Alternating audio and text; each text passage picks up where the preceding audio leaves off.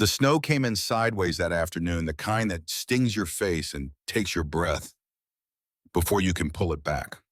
It was the kind of Montana winter that did not care who you were or what you were carrying. It just pushed down on everything equally, on the grain silos and the fence posts in the frozen fields stretching out to nowhere, and on the small figure moving along the shoulder of Highway 2 like he had somewhere to be and no good way to get there. Mason Cole was 10 years old.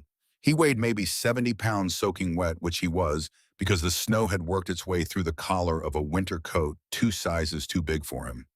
His boots were cracked at the toe seams. His hands were bare.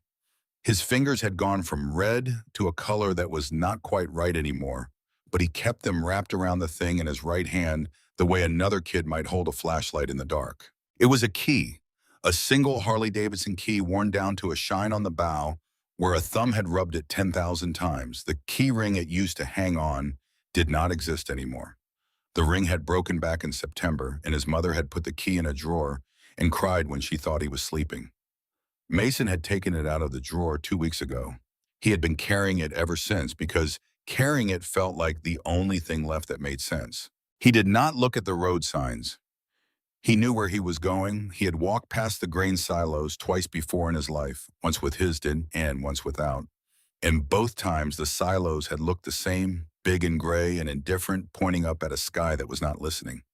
He cut across the last field before the highway widened, ice crunching under his boots, and he did not let himself think about how far he had come or how cold his hands were. Thinking about that would have been a door he could not afford to open. He thought instead about the math. He had been doing the math for 3 weeks, going over it the way his teacher went over long division, methodically checking each step, looking for an answer that worked. The hospital balance was the biggest number. He had found the statement in the kitchen drawer under the takeout menus, and he had sat with it at the kitchen table for a long time, working through what it meant. 4 months of missed payments added to the principal, added to the late fees, added to what his mother had managed to send in partial amounts, added up to a number that had no relationship to anything in their lives. It was the kind of number that existed in a different world, a world of billing departments and certified letters and people who spoke in professional voices about human circumstances as though the humans inside them were incidental. The finance company was the second number. A man named Derek Holden had called on a Tuesday evening, and Mason had picked up the phone by accident, expecting it to be his friend from school, and instead had listened to a man with a flat and professional voice explain that the account was delinquent and that the attached assets would be subject to collection action if the balance was not resolved within 30 days. Mason had written down every word on the back of a grocery receipt. He had looked up the words he did not know. The landlord's notice was the third thing. Roy Keller had taped it to the door on a Monday morning, red letters on white paper, formal and unavoidable. Mason had read it twice before taking it inside and setting it on the coffee table where his mother would find it. He did not hide it. His mother needed to see it. But he had stood in the living room for a long time afterward, looking at the pill bottles on the windowsill, each one labeled, each one necessary. And he had understood that the math was not going to solve itself and that nobody was going to arrive with the answer unless someone went looking for it. His father had left a bike. The bike was in the shed behind the trailer, under a gray canvas tarp, exactly where it had been for 18 months. Mason had started it twice since the accident, once in the summer and once in the fall, just to make sure the engine still turned over. Both times the engine had caught after a moment of hesitation and settled into its idle with a sound that was so familiar, it produced a particular kind of pain that had nothing to do with the body. Both times Mason had sat on the cold dirt floor next to the running machine and stayed there until he felt able to leave. He had not told his mother about either visit. The shed belonged to him and his father, and he did not want to have to explain what happened inside him when he was there. But a running bike with a clear title was worth money. He had looked it up on 3 different websites at the school library, cross-referencing the year and the model and the condition, and he had arrived at a range that overlapped at its upper end with the hospital balance. Not the finance company, not the landlord, but the hospital first, and then maybe there would be other options for the rest.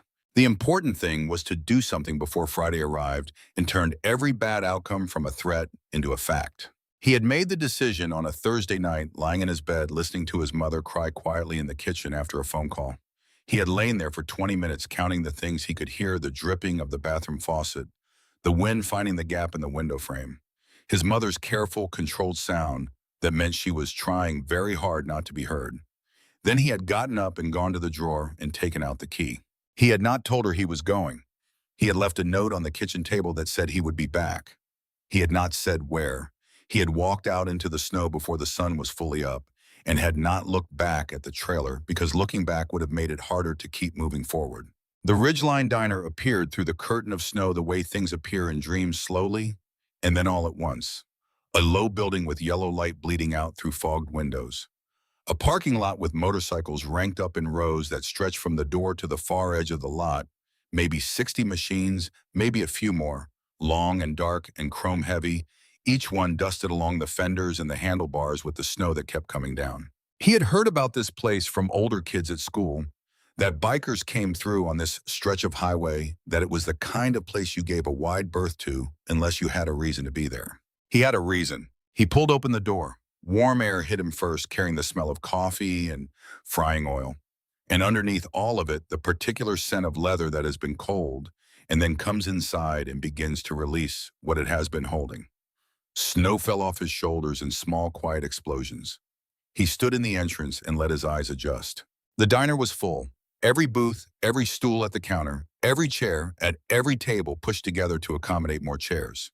And the men filling those seats were not the kind of men Mason usually saw at the diner near their trailer park. Not the farmers in feed store caps or the truckers with their logbooks.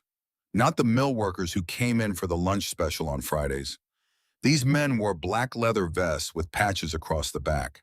Their arms were covered in ink that ran from wrist to shoulder without stopping. Their beards were heavy and their faces were the kind that had been outside in all kinds of weather for a long time and had the particular character that comes from that. Every one of them turned to look at him. The sound did not die all at once. It fell away in pieces like a building, coming down one floor at a time. A burst of laughter at a corner table stopped. Conversation dropped to murmur and then to nothing. A coffee cup paused halfway to a mouth. A fork stopped midair. The jukebox in the corner went on playing for a few more seconds, something old and low and twangy, before even that seemed to pull back like it had read the room and understood it was intruding. Mason did not look around the way a lost child looks around a room. He did not scan for someone in authority or a friendly face or a way out. He had already decided where he was going before he opened the door.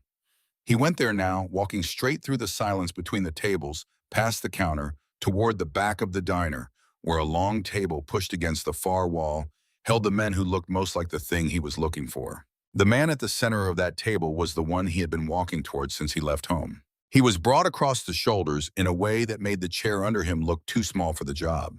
His vest was cut off at the sleeves, which made no practical sense in a Montana winter, except that some men make their own calculations about what the weather is allowed to demand of them. The patches on his vest were more numerous than the others around the table, layered and worn, the kind that accumulate over decades rather than years. His arms were covered in ink, full sleeves in black and gray, and the occasional deliberate flash of color, and on his left bicep, just below the shoulder, was a skull rendered in such specific detail that it seemed to look out at the room with its own awareness, with hollow eyes that had been watching things come and go for a long time. His name was Grayson Briggs. The men around him called him Stone. He had been in the middle of a story about a stretch of road he had ridden badly in Nevada, when the door opened and the room went quiet in that particular cascading way, and he had let the story die in his throat and turned to look at what had stopped everything.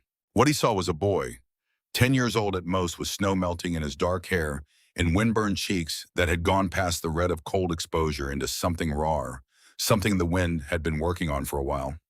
The boy's coat was so large that the shoulders drooped and the hem brushed his thighs and the sleeves were pushed back to expose wrists that were too thin. In his right hand he held something small and metallic, and he held it the way people hold things that have cost them something to keep. Stone did not speak. He watched the boy come across the room. Mason stopped at the edge of the table, close enough now that Stone could see the fine and controlled tremble in the boy's jaw, the way he was working to hold his face still against something that wanted very badly to come loose. He was not crying. He was the kind of not crying that takes more effort than crying does. That requires a continuous and specific internal application of will that most people cannot sustain for more than a few minutes. For a moment, there was nothing but the sound of the boy's breathing, evening itself out in the distant gurgle of the coffee machine behind the counter. Then Mason set the key on the table. He placed it between himself and Stone with a deliberateness that communicated clearly that he had thought about this moment, that he had rehearsed it somewhere private, maybe in the dark of his room at night, or on the long walk through the snow with the wind cutting across the empty fields. He set it down on the table surface and withdrew his hand and stood up straight. Stone looked at the key, a Harley-Davidson key, the metal worn smooth on the bow from years of a hand holding it in exactly this way. He looked back at the boy. Mason's voice came out steady. That steadiness cost him something to maintain, but he paid it without letting the cost show on his face. "This was my dad's Harley," he said. "He used to ride with you."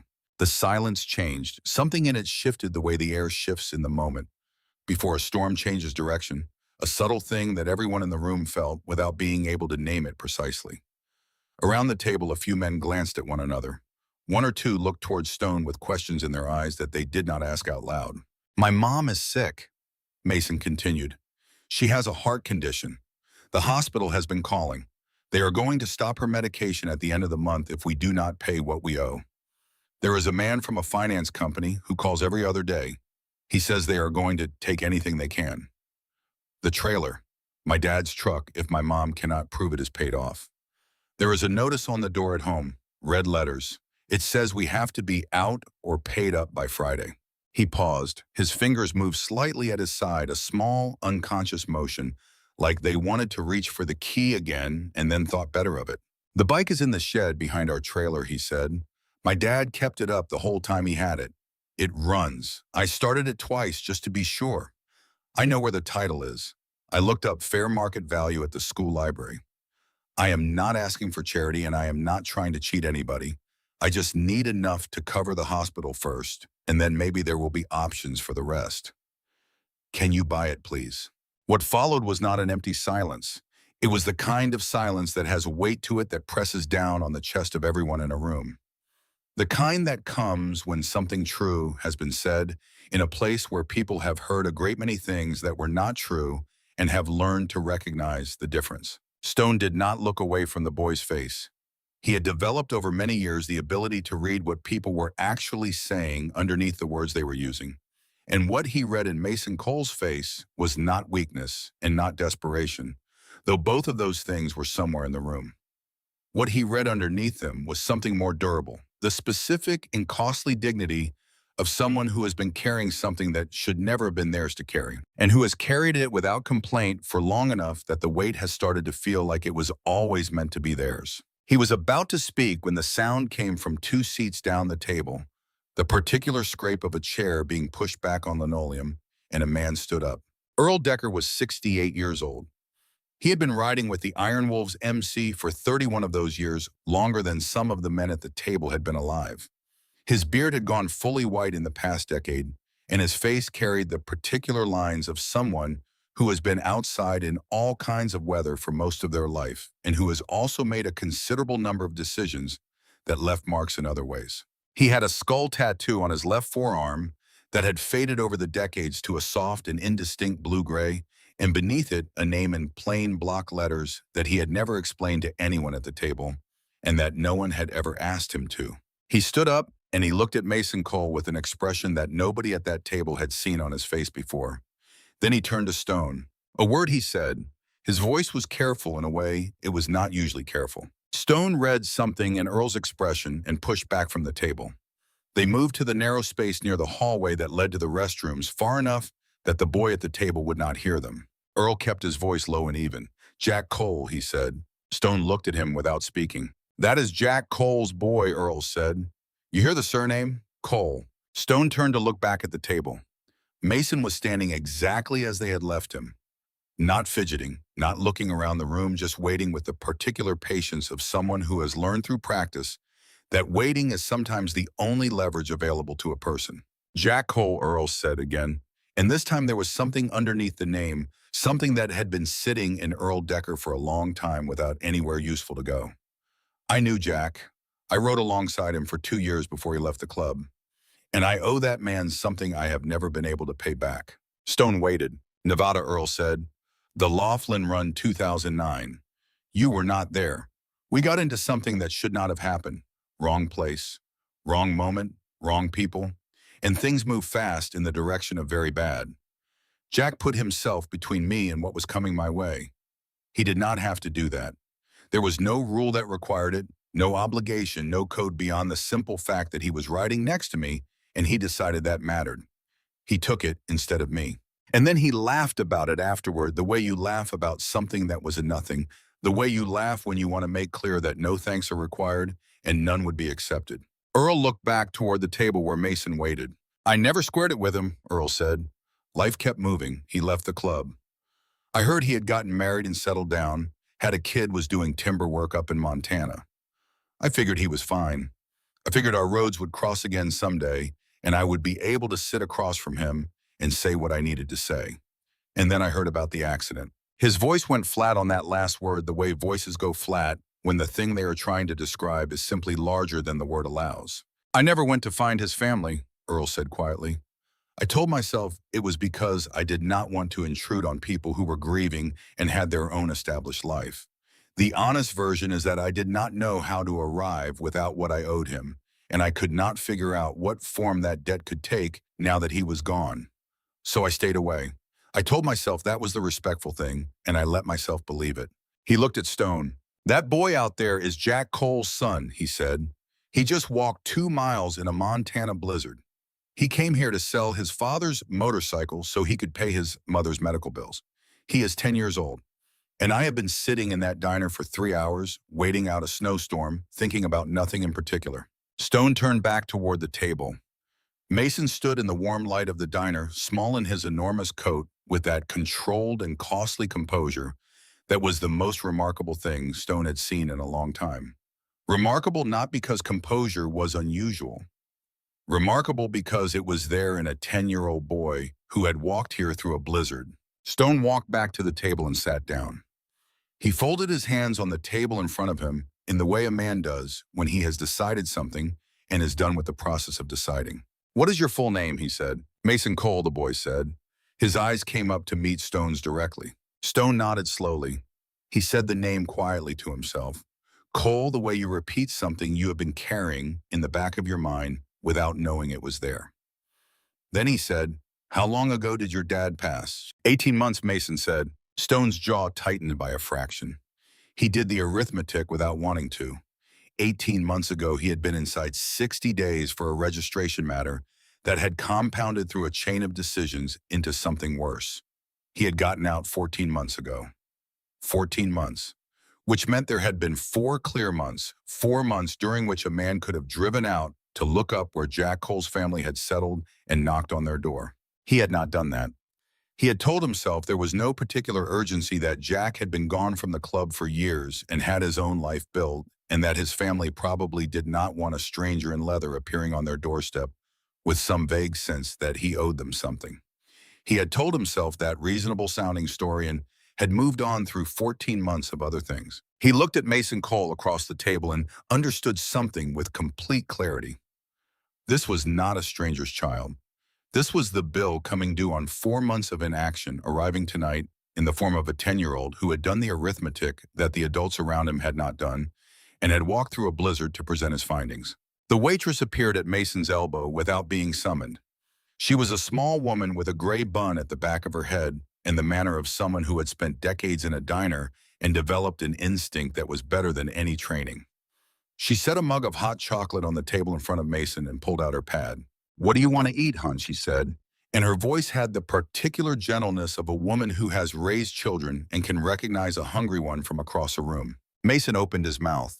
I did not bring money for, he started. Stone shook his head before the sentence could finish. We have the bill, he said. Order something real. Something moved through Mason's face at that. Not exactly a relief, not yet, but something more complicated, the expression of a person who has been tensed against continuous impact for long enough that the sudden absence of it creates its own kind of disorientation, a vertigo that comes from expecting a blow that does not arrive. He sat down in the chair across from Stone, as though he was still not entirely certain he had earned the right to it, as though he might be asked to give it back. He ordered a burger. He wrapped both hands around the mug of hot chocolate and let the warmth move up through his fingers, which had gone from numb to painful to something approaching normal in the few minutes since he had come inside. The color that the wind had stripped from his face on the long walk here began incrementally to return. The cook leaned out from the pass-through window with a grease-stained towel on his shoulder and did not go back in. A couple at the corner booth had gone very still, with the particular alertness of people who understand they are witnessing something they will think about later. Now, Stone said, "Tell me about the man from the finance company," Mason told him. He told it in the organized and slightly removed way of someone who has gone over the facts so many times that they have stopped feeling like catastrophe and have become something more like arithmetic, something to be managed and calculated rather than felt. He gave Stone the hospital balance and the number of months overdue and the name of the billing contact his mother had spoken with. He described Derek Holden, whose name appeared on every piece of paper from the finance company, whose voicemails his mother listened to with her hand pressed flat over her mouth and then played back twice more while writing things down. He described the notice on the trailer door, Roy Keller's name at the bottom, the deadline printed in the kind of typeface that communicates clearly that the words on the page intend to be acted upon. He told Stone about his mother, about the heart condition she had been managing for 3 years on medication that kept the arrhythmia from becoming something worse, and the letter from the hospital 2 weeks ago saying that the payment arrangement she had set up was in arrears, and that continued treatment, including prescription renewal, would require the balance to be cleared or the account would be referred to a collection service. He told Stone that his mother cried after the phone calls, quietly in the kitchen when she thought he was asleep, and that he had listened to her from the dark of his room and had known with complete certainty that the number she was looking at was not a number that their life could produce. Stone listened without interrupting. Around the table, the other men had gone quiet in the manner of people paying close attention. Nobody reached for coffee. Nobody looked at a phone. And the bike, Stone said when Mason had finished. "My dad bought it used in 2014, Mason said. He maintained it himself from the start, changed the oil and cleaned the carburetors, and kept it covered whenever it was not being ridden. It has been in the shed since the accident. It runs. I started it twice to make sure. I have the title in a folder in the kitchen drawer.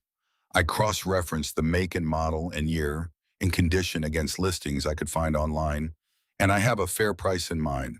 I am prepared to negotiate within reason, but I need to stay near the top of the range to cover the hospital." The phrase "within reason" came out with the precision of something he had rehearsed, and it landed in the room with a small weight that was at the same time heartbreaking and admirable. Stone looked at the key on the table between them. He looked at the worn place on the bow, the shine that accumulated over years of a thumb moving across that same spot unconsciously, the habit of a hand that no longer existed. He looked at the boy. "You are not selling that bike," he said. Mason's face tightened. His hands came flat on the table. The composure held, but showed the cost of holding. "It is all we have that can become the number I need," he said. "Everything else we owe money on, or it has no market value." Stone leaned forward slightly. He did not raise his voice. The room was already quiet enough that he did not need to. "You are not selling it," he said again. "That bike was part of your father. Parts like that do not belong on an auction table regardless of what the math looks like." Mason shook his head. The control in his face wavered, for the first time the edge of something that had been held back for a long time showing through. "They are going to stop her medication," he said.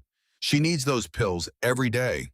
If she runs out and her heart goes back to the way it was, for she could end up hospitalized, and then the balance we owe would be even larger than it is now.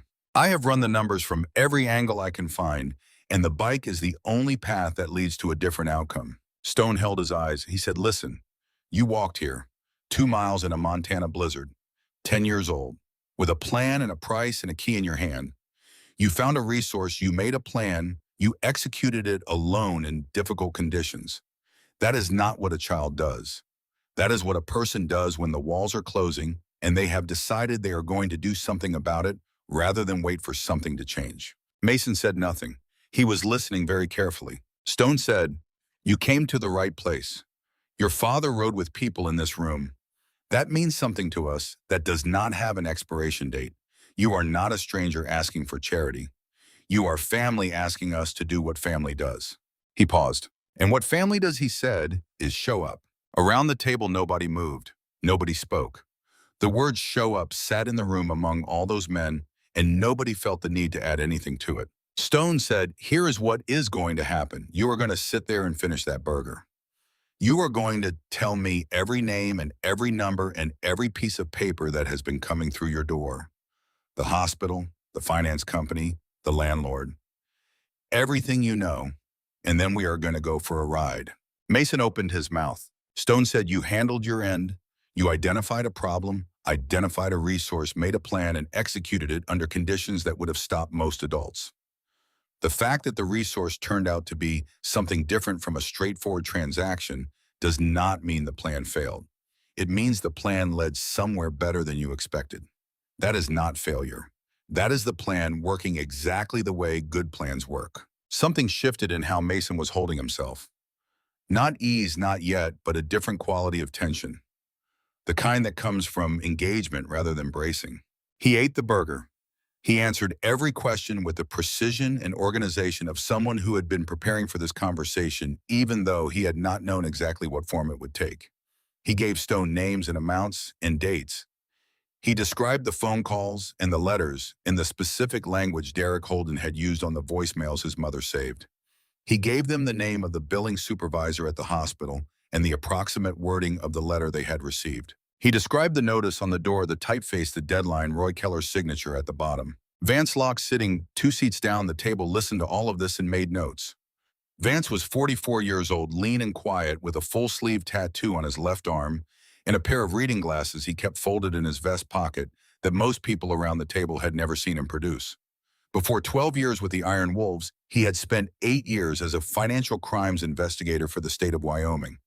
He had left that work for reasons he did not discuss with anyone. But the knowledge and the instincts had not gone anywhere, and he put them to use at irregular intervals without making a production of it. Mason described the shed, the gray tarp, heavy canvas draped over the bike, so that the shape of the handlebars and the tank were visible through the cover, like the outline of something waiting under shallow water.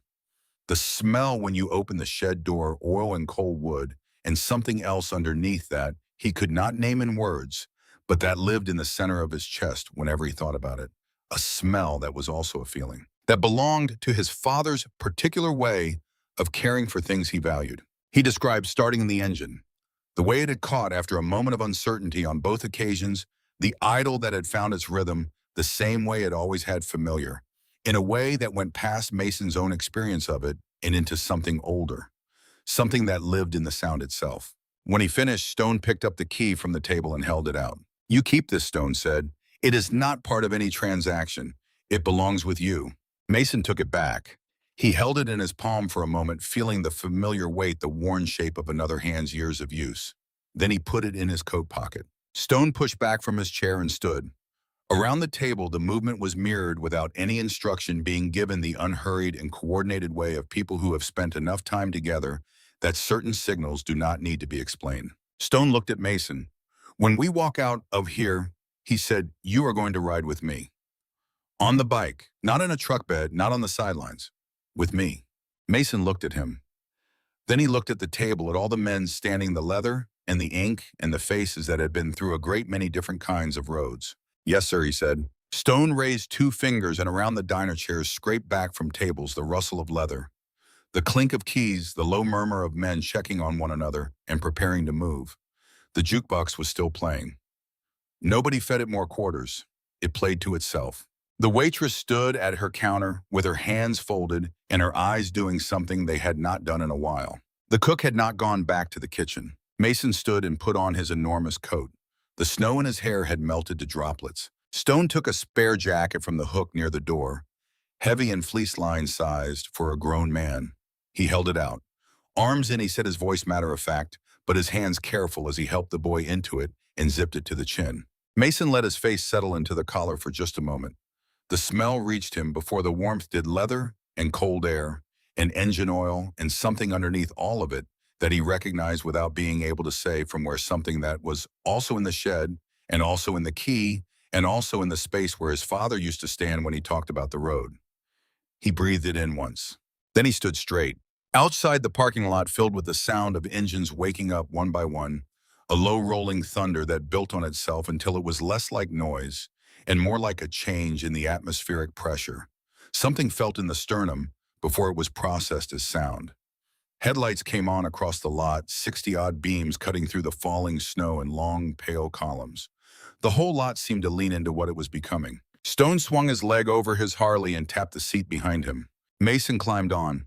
His hands found Stone's jacket and held. Through the lining of the borrowed jacket, he could feel the key in his pocket pressing against his palm, that small and steady weight, that familiar shape. Stone looked down the long, double row of headlights and raised his hand. The engines settled into their collective voice, deep and patient. Then he pulled out of the lot, and 63 bikes followed in a line, headlights pouring onto the highway like a river that has found its level, and the snow kept coming down around all of them. And the boy on the back of the lead bike held on and watched the world stream past in white and dark and the shapes of things half seen in the storm. He was not walking anymore. He had not been not walking since his father died, had not had the specific sensation of being carried somewhere by something larger than himself, and the difference moved through him with every mile down, past the place where he made decisions and into the place where things settle and become part of who you are. The grain silos came out of the storm and disappeared behind them. The field he had crossed on foot that morning came into the headlights and fell away. The road narrowed and Stone slowed and the line slowed with him, and they turned between the rows of the trailer park engines, dropping to a low idle headlights, moving across rooftops and windows, and the small accumulated evidence of ordinary lives being lived as well as circumstances allowed. Curtains moved. A door opened and a woman in a heavy robe stood in the warm light looking out. A man stepped off his porch and stood in the snow with his hands in his pockets, his breath fogging the cold air. Mason looked at none of it. He was looking at the end of the lane, at the small weather-beaten trailer with the plastic film taped over one window and the red notice fluttering on the door in the cold wind, that piece of paper that had been the measure of everything wrong, that had been on the door when he walked out that morning, and that looked different now. Smaller somehow, like something that had been very important and had just been informed that it was not. Stone cut his engine. The others idled down around him one by one until the night settled into a low, continuous rumble, patient and steady, like the sound of something that has been waiting and knows it. Mason climbed off the bike. His legs had stiffened from the cold and the ride, and he stood for a moment getting them back under him. He looked at the red notice on the door. He had left it there because taking it down would not have changed what it said. Now he understood that what it said was already changing. He walked up the steps. Stone followed 2 paces behind, giving him the space to lead. Mason opened the door. The warm air of the trailer came out to meet them, carrying the smell of canned soup and old carpet and the particular sharp medicinal undertone of pill bottles that have been living on a windowsill long enough to become part of the room's identity. Mason stepped inside first. Stone followed, moving slowly, keeping himself contained in the way that large men learn when they understand that their presence alone changes the feeling of any room they enter. The living room was small, in particular in the way that rooms become particular when people have been living in them through hard times. The linoleum was peeling at the corners. The coffee table held the organized chaos of a household trying to manage something that resisted management envelopes opened and sorted into piles of statements with amounts circled in red pen. A notepad whose pages had been pressed so hard with a pencil in the process of adding and subtracting that the paper had gone soft. Along the windowsill, a row of pill bottles stood with their labels turned outward and sorted by the time of day. They were needed a system of careful attention to the one remaining thing that felt like it could be controlled. On the couch under a blanket pulled to her chin was Diane Cole. She was younger than Stone had expected. 32, maybe 33, with dark hair pushed back from a face that illness had thinned in a way that made her look both older than she was and more fragile than she had any interest in being. The shadows under her eyes spoke of months of bad sleep compounded by worry that does not let up when you close your eyes. There was a faint blue tinge at her lips that Stone noticed and did not let show on his face. Her right hand rested on her chest in the unconscious monitoring way of someone whose body has trained her to pay attention to it. She pushed herself up on one elbow when the door opened. Mason, she started, and then she stopped because there was a silhouette in the doorway behind her son that did not belong to anyone she knew. "It is okay, Mom," Mason said quickly, moving toward her. His voice changed completely when he spoke to her. The flat and controlled tone he had held all evening dropped away, and he became something younger and less armored, still himself, but closer to the version of himself that did not yet have to hold so much together by effort alone. "This is Stone," he knew Dad. He and some of his friends wanted to come by. Diane's eyes moved from her son to the man in the doorway. Stone stepped inside and kept his hands where they could be seen and his posture open. He had walked into rooms like this before in other circumstances, and he knew that the first 30 seconds set the tone for everything that followed. "Ma'am," he said, his voice was low and even. "Name is Stone, Grayson Briggs. Your husband rode with us for a couple of years before he left the club. We heard about the accident. We should have come sooner than this." He meant those last words more than they appeared to contain, and something in the weight of how he said them made that legible. Diane looked at him for a moment.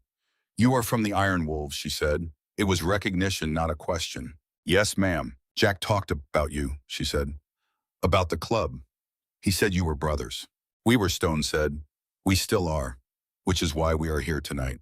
Her eyes went back to Mason.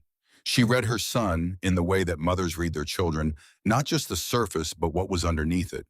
She could see that he had been somewhere difficult and had come through it, and that something had shifted in how he was carrying himself.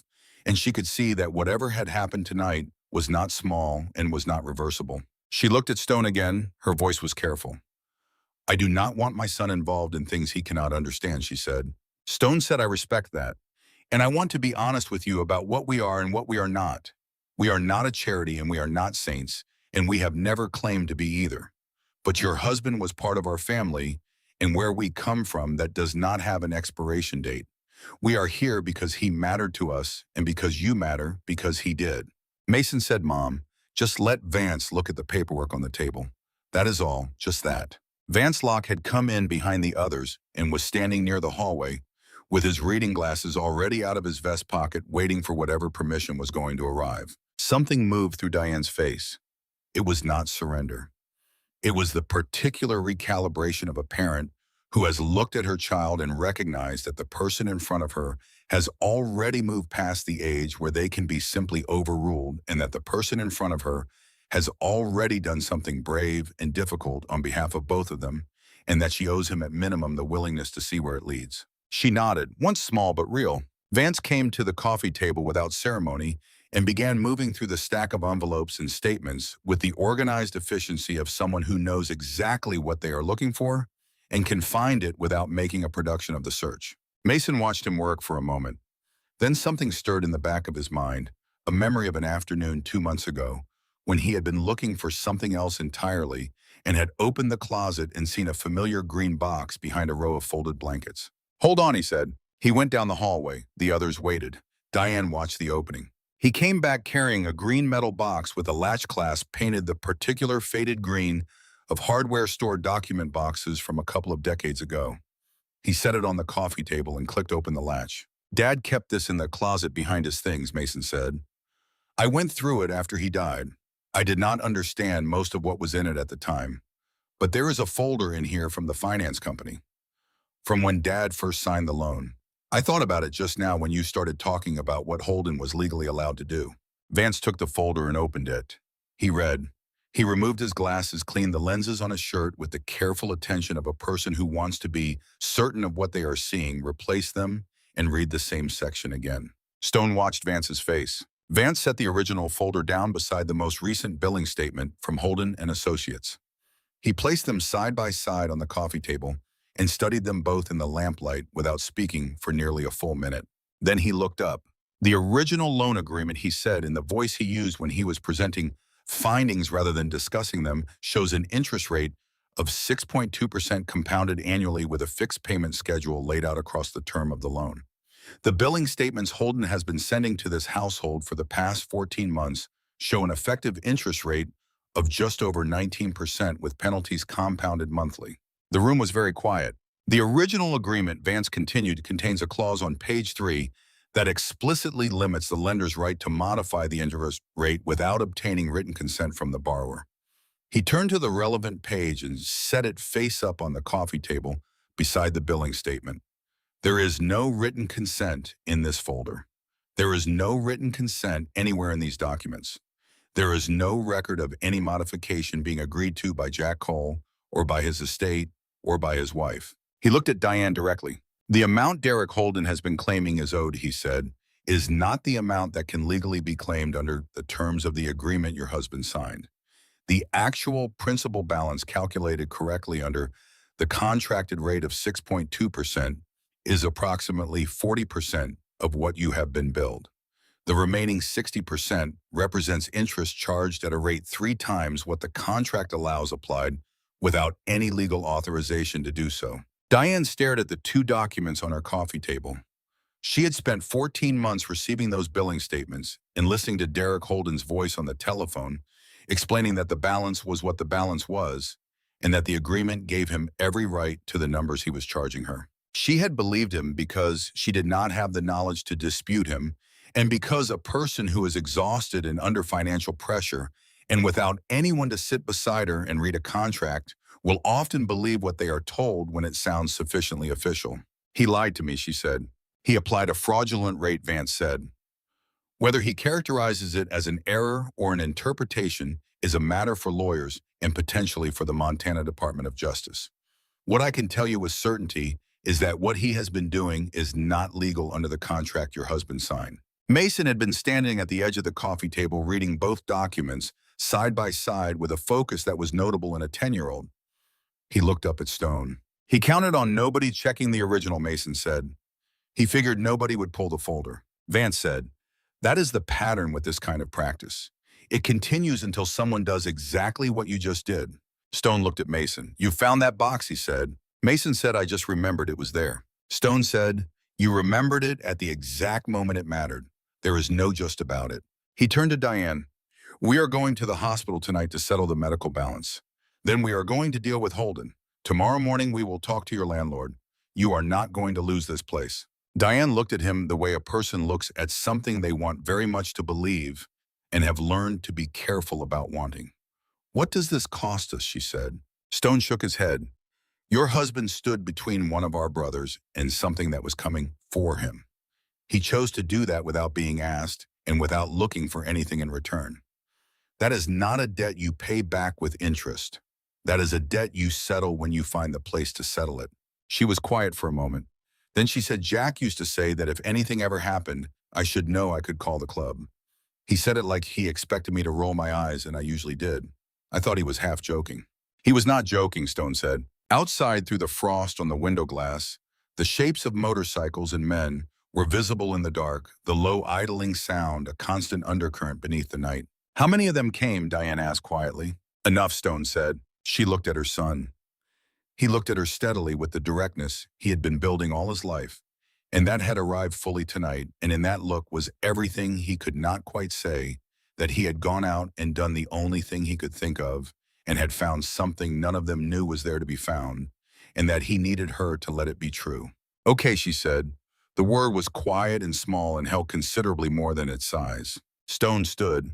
He looked at Mason. You stay here with your mom, he said. We will be back. Mason did not argue this time. He understood that staying was its own job. He sat down on the couch beside his mother, and she put her hand over his, and he let her. The hospital was 20 minutes north on the highway, a regional medical center that serves several counties of rural Montana, with the particular quality of institutional care that exists in places where resources are stretched and the people providing them know it and show up regardless. Stone walked in with Vance and 2 others at 8:15 in the evening. The overnight quiet had settled over the building, the fluorescent hum replacing the daytime ambient noise. A few people in plastic chairs in the lobby, a television running without sound in the corner. Stone went to the billing window. A woman in her 50s looked up from her screen with the expression of someone whose shift had been uneventful until this precise moment. We are here about a patient account, Stone said. Diane Cole. She typed. She read the screen. Her expression became more careful in the way expressions become more careful when they have found the flag they were expecting. There is a significant past due balance on this account, she said, and a flag for referral to collections if payment is not received by month end. We would like to take care of that tonight, Stone said. Are you family, she asked. In the way that counts, Stone said. Yes. A supervisor was called, then a second supervisor. A 15-minute wait in plastic chairs while procedures were located and forms were considered. Stone sat through it without impatience. Vance made notes. The two others stood near the entrance and let their presence be what it was.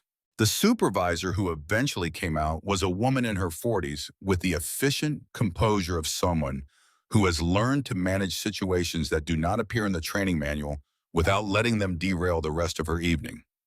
She looked at Stone. She looked at the others. She came back to Stone. "You are proposing to pay the outstanding balance in full," she said. "In full tonight," Stone confirmed. "And before we leave this building, I want a written notation on this account. Treatment is not to be delayed or interrupted based on payment status. This patient has a support network, and her case is not to be referred to any collections process going forward. I want that in writing with tonight's date on it." "That is not standard procedure," she said. Stone held her gaze steadily. "I understand that. I am asking you to apply it to this account." She considered him for a moment. Then she sat down and began typing. 3 credit cards were produced and spread across the balance so that no single one took the full weight.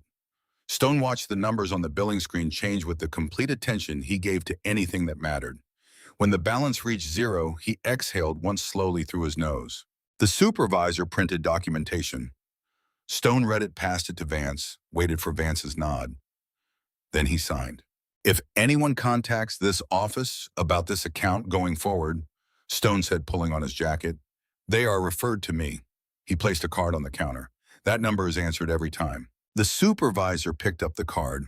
She looked at it. Then she looked at him with the expression of someone who has just witnessed something that her training did not specifically prepare her for and that she is going to think about for a while. Stone walked out through the lobby doors into the cold. The snow had thinned considerably, the storm beginning to spend itself. Stars were appearing at the edges of the cloud cover where the weather was finally loosening its grip. He stood in the parking lot and breathed the cold air. He thought about Mason on that couch with the key in his pocket.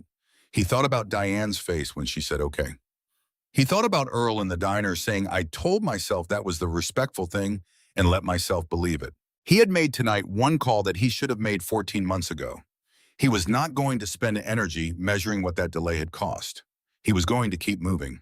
Holden and Associates occupied a low building in a strip mall at the eastern edge of town, positioned between a tax preparation service that was closed for the season and a cell phone retailer with a handwritten closing time sign in the window.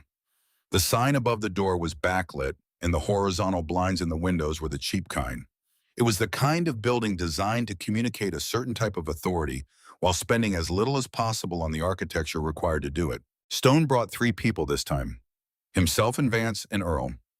He left the others at a gas station 2 blocks away, not because he wanted to minimize presence, but because the kind of presence he needed tonight did not require numbers. It required the right people with the right documents and the right understanding of what was in those documents. The front door was unlocked. The receptionist desk sat empty. A light burned in the back office. Derek Holden was 51 years old with the face of a man who had once been considered handsome and who had since allowed that to do progressively less work on his behalf. He wore a gray suit jacket over a button-down shirt with no tie, the look of a man who had been in meetings all day and had stayed late, not because he had to, but because the office was the place where he felt most in control of the variables. He looked up from his desk when they came in, and in the half-second before he composed himself, Stone saw clearly what was there, a man who was confident in a practice he had been running without consequence, now doing a rapid and unpleasant recalculation. He picked up his phone without standing. "I am calling the police," he said. His voice was practiced and calm, the voice of someone who has used this opening move before and knows what it usually produces. "This is a private office, and it is after business hours." Stone sat down across from the desk. "Go ahead," he said. Holden's hand slowed almost imperceptibly. He dialed. He reported 3 men in his office, gave the address, said he felt threatened. He set the phone down and looked at Stone with the expression of a man who has just played what he believes is the decisive card and is waiting to see it work. Stone said nothing. Vance had his reading glasses out and was removing documents from his vest pocket and smoothing them on his knee with the deliberate calm of a man who has done this kind of work many times in many different rooms. "You are here about the coal account," Holden said. He kept his voice level and added to it a faint tone of patient authority, the tone of a man who expects to be managing this situation rather than responding to it. Whatever the widow has told you, the agreement is fully enforceable, and I have a court action filed for 9 o'clock tomorrow morning. The asset list includes a 2014 Harley-Davidson motorcycle, a 2016 pickup truck, and the trailer lease provisions can be engaged if the other assets prove insufficient. Vance set a document on the desk. Holden stopped talking. He looked down at it. Something behind his expression went very still in the way that specific things go still when a person recognizes something they did not expect to be recognized. That is the original loan agreement, Vance said. Page 3, Clause 7. Interest rate modification requires written consent from the borrower. He placed the most recent billing statement beside it. 19.4% effective rate. He placed the relevant sections of the Montana Consumer Lending Statute beside both of them. The contracted rate in the agreement your office prepared is 6.2%. The rate you have been charging is 3 times that. There is no written consent to any modification anywhere in the documentation I have reviewed tonight. There is no record of any consent anywhere. He removed his glasses and set them on the arm of the chair and looked at Holden. What you have been doing to this account, Vance said, is not legal under the terms of this contract or under Montana Consumer Lending Statute. I spent 8 years with the Wyoming Financial Crimes Division before I did other things. I know what a fraudulent lending practice looks like, and I know what the Department of Justice does with documented patterns and cooperating complainants. And this account is not the only one on your books where this approach appears to have been applied. The room was quiet with a specific quality of quiet. Outside, a police cruiser turned into the strip mall parking lot. Its headlights swept across the blinds in thin lines. Stone did not turn to look. The 2 officers came in. They looked at Stone, at Earl, at Vance with his reading glasses and his organized stack of documents on his knee, and they looked at Holden. "Sir," one of them said, "you reported a disturbance." Holden looked at Stone. Stone sat with his hands resting on his knees, unhurried, saying nothing. Earl was standing near the wall with his arms folded. Vance was writing in his notebook. Holden looked at the officers. "It was a misunderstanding," he said. "These men are here on a business matter." The officers asked their questions. Stone answered plainly, gave his name, explained that they were present to discuss a lending account discrepancy on behalf of a client. The officers wrote things down and looked around the office and thanked everyone and left. In the silence after the door closed, something changed in the room. Holden had played his card, and the card had come back to him without having done the work he had designed it to do. Stone leaned forward. "Here is our offer," he said. "We pay the principal balance as calculated under the original agreement at 6.2%. He pointed to the figure Vance had written on a sheet of paper and now slid across the desk. "You forgive the remaining balance. You close the account tonight. The court action filed for 9 o'clock tomorrow morning is withdrawn before business opens. No further contact with Diane Cole or her son, and no further claims against any asset connected to their household. That is the offer." Holden looked at the number on the paper. He looked at the 3 documents arranged on his desk. He looked at the window where the police cruiser was still visible in the lot, its brake lights making 2 red rectangles against the snow. "This is highly irregular," he said. Stone said, "So is charging a widow a fraudulent rate for 14 months, while her 10-year-old son does the arithmetic and walks 2 miles in a blizzard to find someone who can read a contract. I would say that irregular seems to be something you are comfortable with. Tonight we are asking you to apply it in a different direction." Earl stepped forward from his position near the wall. He moved with the unhurried gravity of a man who has decided something is worth saying and is going to say it once clearly. "Jack Cole," he said. His voice was quiet and absolutely level. "You have been billing his widow at a fraudulent rate for 14 months while his 10-year-old son figured out what you were doing. We know it. The documentation is prepared. The state will know it in the morning if you choose to let it go that direction. Whatever you do with the other accounts on your books going forward is between you and however much attention you want drawn to your practices. But understand that people are paying attention to this particular account now who were not paying attention before, and that situation is not going to change." He held Holden's eyes for a long moment. Then he turned and walked to the door and stood there with his back to the room.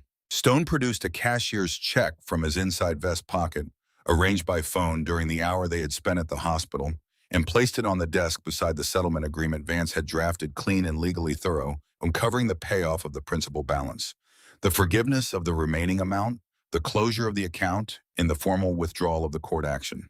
The signed agreement, or the Department of Justice filing, Stone said, "Tonight you choose one or the other." Holden looked at the check. He looked at the settlement agreement. He looked at the documents on his desk. He looked at the window.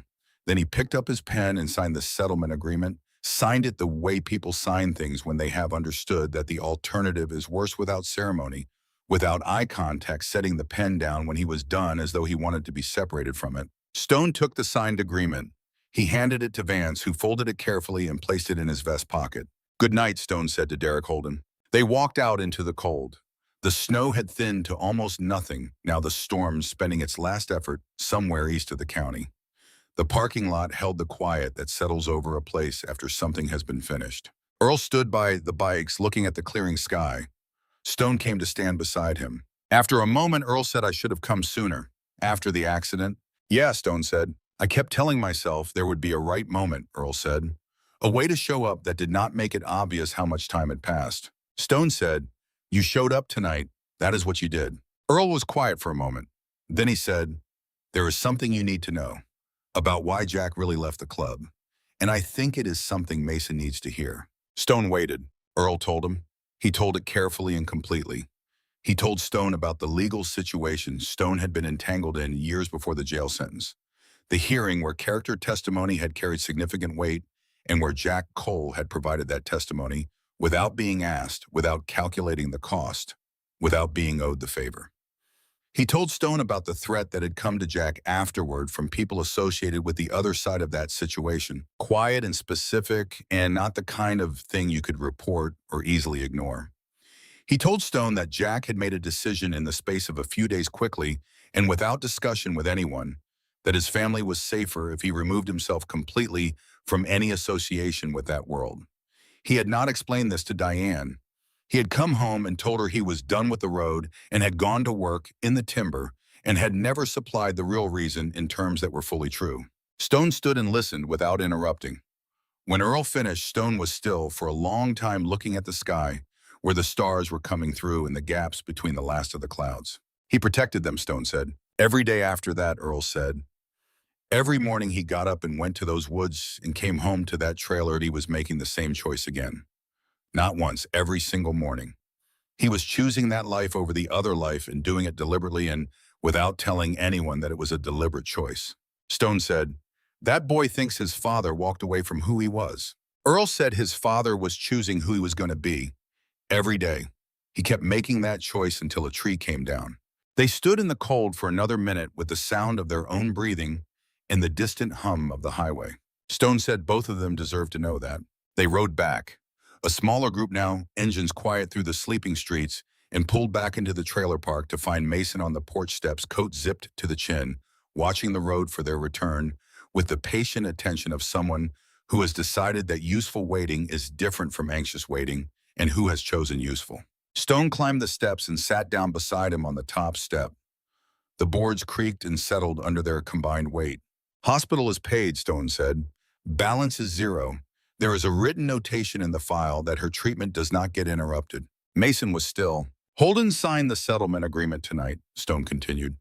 "We paid the principal at the rate your father actually contracted for. Everything beyond that he forgives. The account is closed as of tonight. The court action he had filed for 9 tomorrow morning is withdrawn." Mason sat for a moment, looking out at the lane, at the bikes, and the men standing in the cold without complaint, at the frost on the rooftops, and the stars coming through where the clouds had finally pulled back. "You did all of that," he said, "in a few hours." Stone said, "We had the documents you found in that box. Without those, tonight goes differently. You found them." Mason said, "I just remembered they were there." Stone said, "You remembered them at the exact moment we needed them. There is no just about that." He paused. "There is something else I need to tell you," he said. The boy looked at him. Stone told him. He told it the same way Earl had told him, plainly and completely, without softening it past what the truth required. He told Mason about the testimony his father had given, about the threat that followed, about the decision Jack Cole had made in a matter of days, quickly, and without telling anyone that his family was safer if he created distance between them in that world entirely. He told Mason that his father had not left the road because he was tired of it or because a quieter life had called to him. He had left because something had come to matter more than everything he had previously known, and protecting it had required exactly the sacrifice of removing himself without explanation, without credit, without ever asking his family to understand or to thank him for the thing he was doing for them every single morning. Mason was very still while Stone spoke. His breathing was the only movement, slow and even and deliberate in the way that suggests someone is working to keep it that way. When Stone finished, Mason sat for a long time looking out at the lane. The key was in his open hand. He had taken it out of his pocket at some point while Stone was talking, was turning it slowly without looking at it. He never told her, Mason said at last. He never told Mom the real reason he left. No, Stone said. I do not think he knew how to. Explaining it would have meant telling her what the threat was, and telling her would have frightened her. And frightening her was not something he was willing to do. Mason turned the key over in his hand. He was looking at it differently now. Not the way he had been looking at it all evening. Not like a last resource, not like something he was prepared to trade away. He was looking at it the way you look at something when you understand for the first time what it actually represents. He chose us, Mason said. Not just once at the beginning. He chose us every morning he got up and went to those woods. Every night he came home to us instead of the road. He was making that choice, and we did not even know there was a choice being made. Stone said that is exactly what he was doing. Something moved through Mason's face that was not simple and did not have a simple name. It was the rearrangement that happens when a story you thought you understood reveals itself to be larger and more complete than you knew, when what you had understood as absence reveals itself to have been decision, when silence reveals itself to have been a form of love that was waiting for someone to find the translation. He closed his hand around the key. Then he stood up. Mom needs to know, he said. She needs to hear this. Yes, Stone said. She does. Mason opened the door and went inside. Diane was more upright on the couch now, the blanket pushed down to her waist.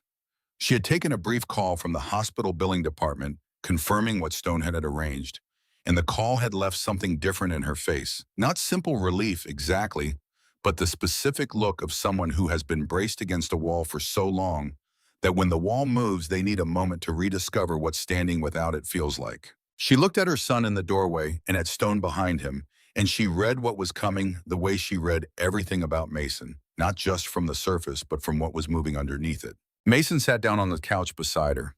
He did not search for a softer approach or circle around the edges of it. He had learned something tonight about the cost of directness and about what it was worth to pay that cost, and he applied what he had learned. There is something Stone told me, he said, about why Dad left the club. Diane's hand moved to her chest. She waited. Mason told her. He told her plainly and completely the way he would have wanted to be told. He told her about the testimony, about the threat that followed it, about the decision his father had made in a matter of days, quickly and without consulting anyone, that his family was safer if he disappeared from that world entirely, and did not explain why. He told her that leaving the road had not been about wanting something quieter or choosing something easier. It had been about something that mattered more than everything he had known before it, and protecting it had required making himself invisible to certain people, and the only way to do that without frightening her had been to never tell her what he was protecting her from. Diane listened without moving. The lamp on the side table cast its warm and slightly unsteady light across her face. When Mason finished, she was quiet for a long time. Her hand had moved from her chest to her son's hand on the cushion between them, and she covered it with both of hers. He never said, she said finally. Not one word. Not in all the years we had together. He was protecting us, Mason said. Both of us. Every day. She made a sound that it was not quite a word. She looked at the window, at the frost on the glass, and the shapes of men and machines visible through it in the dark, at all of it, at everything her husband had set in motion before the tree came down. He used to get a certain look sometimes, she said quietly, as though she was talking to herself as much as to anyone else in the room, like he was listening for something far away that I could not hear. I asked him about it once. He said it was from working in the timber that you trained yourself to listen for sounds that did not belong when you were in the woods. She paused. I believed every word he ever said to me. He was not lying to you, Stone said from the doorway.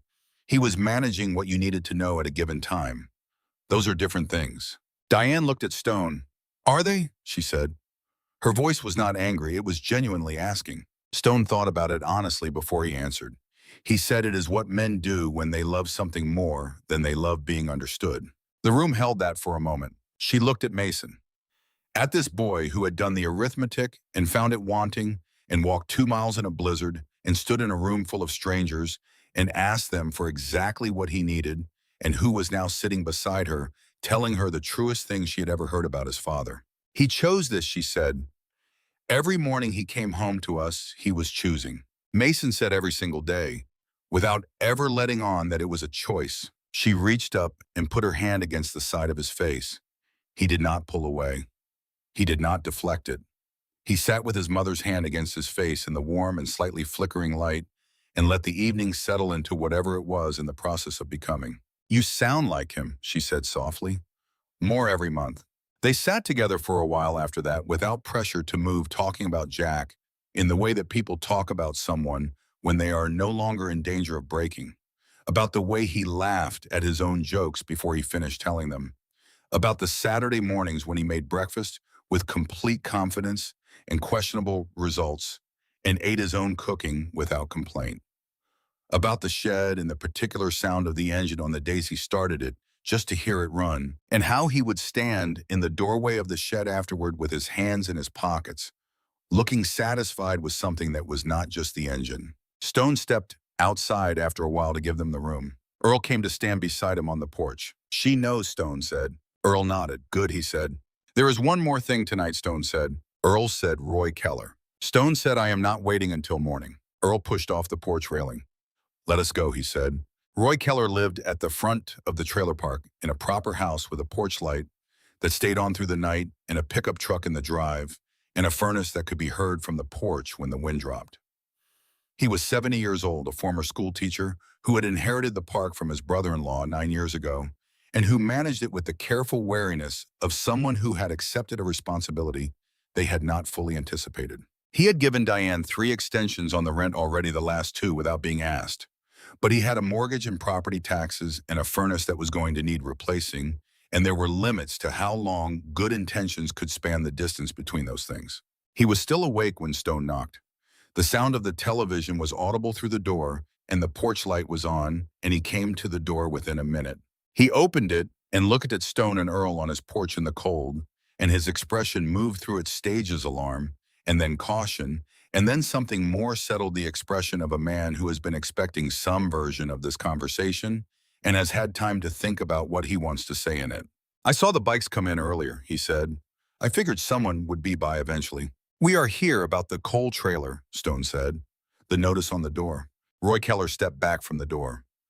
Come in out of the cold, he said. The front room was warm and smelled of wood smoke and old coffee and had the particular order of someone who lives alone and maintains their space through habit. A hunting rifle hung above the fireplace, a lever action that had seen real field use and was not decorative. Roy sat in his armchair, and Stone and Earl took the couch, and nobody spoke for a moment. She owes 3 months, Roy said, not for lack of trying. She has called me twice to explain the situation. I know what is happening over there. He looked at his hands. I waited 2 months longer than I should have before I put that notice on the door.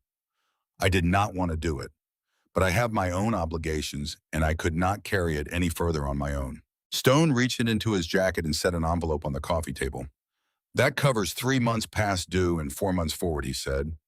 We would like a written agreement tonight that as long as she keeps current from here on, no notice goes on that door without a call to me first. Roy picked up the envelope. He opened it and looked inside without counting the contents. He set it back on the table. Jack Cole, he said. Not a question. Just the name landing in the room with the weight that names sometimes carry. Stone waited. August of 2021, Roy said. I had a section of roof going soft over the utility room at the back of the property office. Jack came by to pay the rent and saw me on a ladder and climbed right up there without being asked. Spent the better part of a Saturday. I offered to take the cost off the following month's rent, and he said no. He said a man fixes what is in front of him when he has the ability to fix it. Roy paused. He was looking at something that was not in the room. I wrote that down afterward, he said. It seemed like the kind of thing worth keeping. The room was quiet. Roy stood and went to his desk. He came back with a piece of paper and a pen and wrote out a short agreement, clear and specific, covering the rent payment and the conditions under which a notice could go on the coal trailer door going forward. He signed it and held it out. Then he stood again and went to the back of the house. He was gone for perhaps a minute. He came back carrying the eviction notice, the red letter notice that had been on the coal trailer door when Stone and Mason arrived that evening. He set it on the coffee table. "I already took care of that part," he said. "Went over and took it down myself earlier tonight, before you came to find me." Stone looked at the paper. He looked at Roy Keller. "Roy said she owes me nothing past what is in that envelope. And if things get hard again, she calls me first, before anything else happens." Stone stood and held out his hand. Roy shook it without hesitation and without making a ceremony of it. They walked back through the trailer park in the cold and the starlight. The snow had stopped entirely. The sky above them was completely clear now. The enormous Montana sky that appears after a storm has spent itself deep and full of stars that had been there all along behind the weather. Earl said, "That is all three." Stone said, "Yeah." They walked the rest of the way in the quiet, and the quiet was the right kind. Mason was on the porch steps when they came back, watching the road. Stone climbed the steps and sat beside him. He told him everything. The hospital balance, zero documentation, and the file treatment secured. Holden signed and closed court action withdrawn. Roy Keller settled and written, and he had already gone and removed the notice from the door himself before anyone came to ask him. Mason listened to all of it. He sat for a moment after Stone finished, looking at the lane, at the men, and the machines, at the sky. Then he looked at the key in his open hand. "It is done," Stone said. "All three." Mason held the key for a long moment. Then he put it in his pocket. "Let us go look at the bike," he said. They went around the side of the trailer, Stone and Mason and Earl and Vance, and three others who had been waiting near their machines. Diane came too, moving carefully in her coat and slippers, one hand against the trailer wall, until she reached the open yard. The shed sat at the back of the lot with its corrugated metal roof heavy with snow. Mason reached the door first, lifted the latch, pulled it open. The smell came out to meet them. The shed's particular atmosphere, oil and coal wood, and something deliberate and patient, the smell of a machine that has been properly put away and has been waiting without complaint. He went inside. The others held back. The tarp was gray canvas, heavy, draped over the bike, so that the outline of the handlebars and the tank were visible through it, the shape of something that has been covered but not forgotten. Mason took hold of the front edge with both hands and pulled. The canvas came back in a single motion, and dust rose in a slow cloud, and the Harley appeared in the moving light of a lantern. Someone had produced chrome dulled, but present paint faded, but the color still there underneath the ears, a dark blue that had once been deeper and richer. His father had said once that he chose this color because he wanted to carry a specific kind of sky with him when he rode the sky at a particular hour of a clear evening. And Mason had been 7 when he heard that and had not fully understood it, and now he was 10 years old and he understood it completely. Diane made a sound at the door. Not a word, just a breath that had everything in it that a breath can carry. "He loved this machine," she said softly. "He used to come out here just to stand near it. I would watch from the kitchen window sometimes. He would just stand in the doorway, looking at it like it reminded him of something he needed to remember." Mason put his hand on the handlebar, not gripping it, just resting there. Contact. Stone crouched beside the engine and moved his hands over it with the attention of a person who understands machines well enough to read them without starting them. He straightened up. "Good bones," he said. "Better than I would have expected after this long sitting." He looked at Mason and then at Diane. "We will bring a trailer out in the next few days. The rebuild will take a few weeks. We have a man who does this work the way it should be done and who understood what this bike was before I finished telling him." Earl moved to the other side of the bike. He stood across from Mason in the lantern light and looked at it for a long time without speaking. Then he reached out and put 2 fingers on the fuel tank. A brief, deliberate contact, the kind that says something precisely because it does not try to say too much. "He was there when it counted," Earl said. "That is all you can ask of anyone." He looked at Mason across the handlebars. "I want to say something to you. Not for tonight, for later when you are older and trying to figure out what kind of man to be." Mason looked at him. "Your father could have stayed on the road," Earl said. "He had the ability and the temperament and everything it takes. He left because something mattered more to him. And every morning after that, every day he went to those woods and came home to this place, he was making that same decision again. Not once, every single morning for the rest of his life." Earl paused. A lot of men can make a hard choice one time when the moment calls for it. The ones worth remembering are the ones who make it every day when nobody is watching and nobody is asking them to. The shed held the silence after that, the way sheds hold things without editorializing. Mason looked at the bike for a long moment. He took the key out of his pocket and held it, feeling the familiar weight of it, the worn shape another hand's years of use had made in the metal. Then he stepped forward and fit the key into the ignition. He did not turn it. He just placed it there, completing something that had been incomplete. He held it for a moment. Then he took it out and put it back in his pocket. Stone watched all of this and said nothing. There are moments that are complete as they are and do not require anything added to them. They went back inside. Coffee was made. Groceries had appeared on the counter at some point during the evening, a bag of things chosen by someone who had thought carefully about what a household actually needed, rather than what would look like a generous gesture. And this was Vance's doing without question. Vance, who had a practical and specific orientation toward problems that expressed itself in unpredictable ways. Mason sat at the kitchen table. Diane sat across from him. They talked quietly, not about the bills or the notices or the phone calls, but about ordinary things and about Jack. And the kitchen was warm, and the lamp over the stove cast its amber light across everything. And for the first time in a long time, the room felt like a room where things were going to be all right. Stone came and sat at the table when things had settled. "I want to say one thing," he said, "and then we are going to get out of your way and let you sleep." They both looked at him. "We should have come sooner," Stone said. "After the accident, we told ourselves Jack's family had their own life and probably did not want us appearing uninvited." He paused.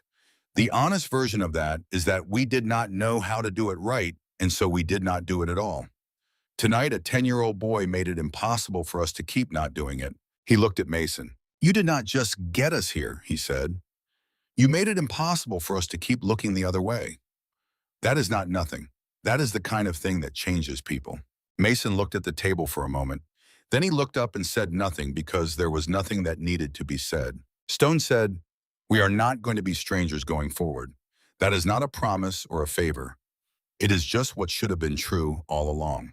Diane said, "I do not know what to say to all of this." Stone said, "You do not have to say anything. You can just let it be true." She looked at her son. He looked at her.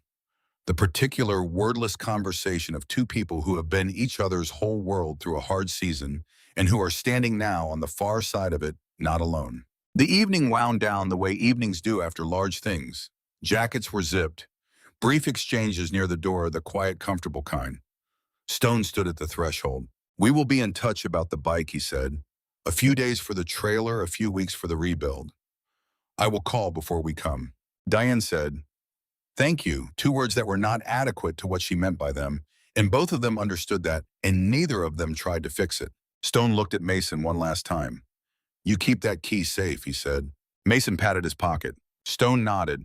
Then he went out, and the door closed, and the engines started one by one down the lane, and the sound of them moved away into the clear, cold night and left behind a quiet that was different in its texture and its weight from the quiet that had been there before, changed by what had passed through it, changed for good. Mason sat at the kitchen table. Diane sat across from him. The lamp over the stove cast the kitchen in warm amber. She reached across the table and he put his hand in hers. They sat like that for a while without needing to talk. There was nothing that needed to be said right now that had not already been said. The bills were handled. The roof was safe. The medicine would keep coming. The bike was going somewhere and becoming something going to carry a name in a place where names were honored, and people who walked through the door would see it and know who Jack Cole was. His father had chosen them every morning and never explained that he was making a choice at all. Now they knew, and knowing did not take back the accident or fill the 18 months or give them back the years that should have been there. But it changed the shape of what they were carrying. It made the weight into something different, not smaller but different, more navigable. The difference between carrying something and understanding what you are carrying. Mason took the key out of his pocket and set it on the table between them. His mother touched it with 2 fingers gently, the way you touch something that belongs to someone who is not there to touch it themselves. He always said it was the luckiest thing he owned, she said, that it had never once let him down. Mason looked at it in the lamplight. "It brought me here tonight," he said. She looked at him across the table at this boy who had done the math and walked 2 miles in a blizzard and stood in a room full of strangers and asked them plainly for what he needed. "It brought us both somewhere," she said. He picked up the key and put it back in his pocket. 7 years is a long time and not very long at all, depending on what you are measuring and what side of it you are standing on. The Montana winters came and went over the trailer park with the usual indifference. The grain silo stood. The highway ran. Inside one narrow home at the end of a rutted lane, the story changed in ways that were slow and gradual, and then one day apparent. Mason grew. The coat that had been 2 sizes too big was replaced by jackets that fit and then by a frame that filled them properly. He grew through middle school and into high school with the particular seriousness of a boy who has seen the mechanical realities of adult life earlier than most and has decided to take them seriously rather than be intimidated by them. He was not the loudest person in any room he entered. He was usually the most prepared. Diane's color came back slowly and then all at once. The faint blue tinge at her lips that Stone had noticed and kept to himself on that first evening faded as the medication stabilized what needed stabilizing and then kept stabilizing it through the years that followed. She went back to work part-time at first and then full bookkeeping for a building supply company that valued precision and discovered she had it in considerable abundance. The bills became manageable. Then they became background noise. Then they became the kind of thing you handle without lying awake about which is the best outcome that any household can reasonably hope for. The Iron Wolves were not strangers. They came and went with the particular quality of family, not intrusively, but reliably enough that their absence would have been noticed. 4 of them sat in the back row at Mason's middle school science presentation in leather vests that stood out among the folding chairs and the paper decorations, and they sat through the whole thing and clapped. 2 attended his 8th grade graduation in the school gymnasium and sat through the ceremony and clapped when his name was called. Stone came to the hospital during Diane's 2 harder stretches in the years that followed, appearing in waiting rooms for hours, without being asked, reading the same paperback he apparently kept in his saddlebag for exactly this kind of situation. The Harley was rebuilt over 6 weeks in the winter following that November. Mason came to the clubhouse twice during the process. Both times Vance walked him through what was being done and explained the engineering without condescension, answering every question with the patience of someone who genuinely respects the person asking. On the second visit, one of the other mechanics put a wrench in Mason's hand and talked him through tightening the exhaust brackets. Real work on the real machine. Mason understood without being told that this was deliberate and not accidental. When the rebuild was finished, the bike sat on a low platform in the main room of the Iron Wolves clubhouse. The dark blue paint had been restored to something close to what it had been the day Jack Cole chose it. The chrome caught light again the way chrome does when someone has spent real time and attention on it. The plate mounted above the platform read Jack Cole, brother, rider, father. The dates were in plain numerals, no elaborate ornamentation. Jack Cole had not been an elaborate person, and nobody at the clubhouse thought he would have wanted to be remembered as one.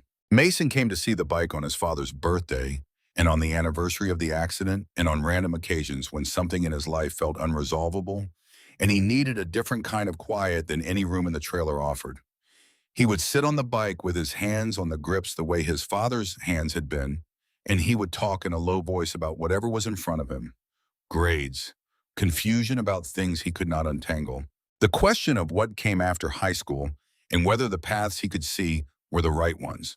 He talked to the machine the way Stone had said some things were better spoken next to a machine than anywhere else, and he found it to be true in the specific way that only experience can confirm.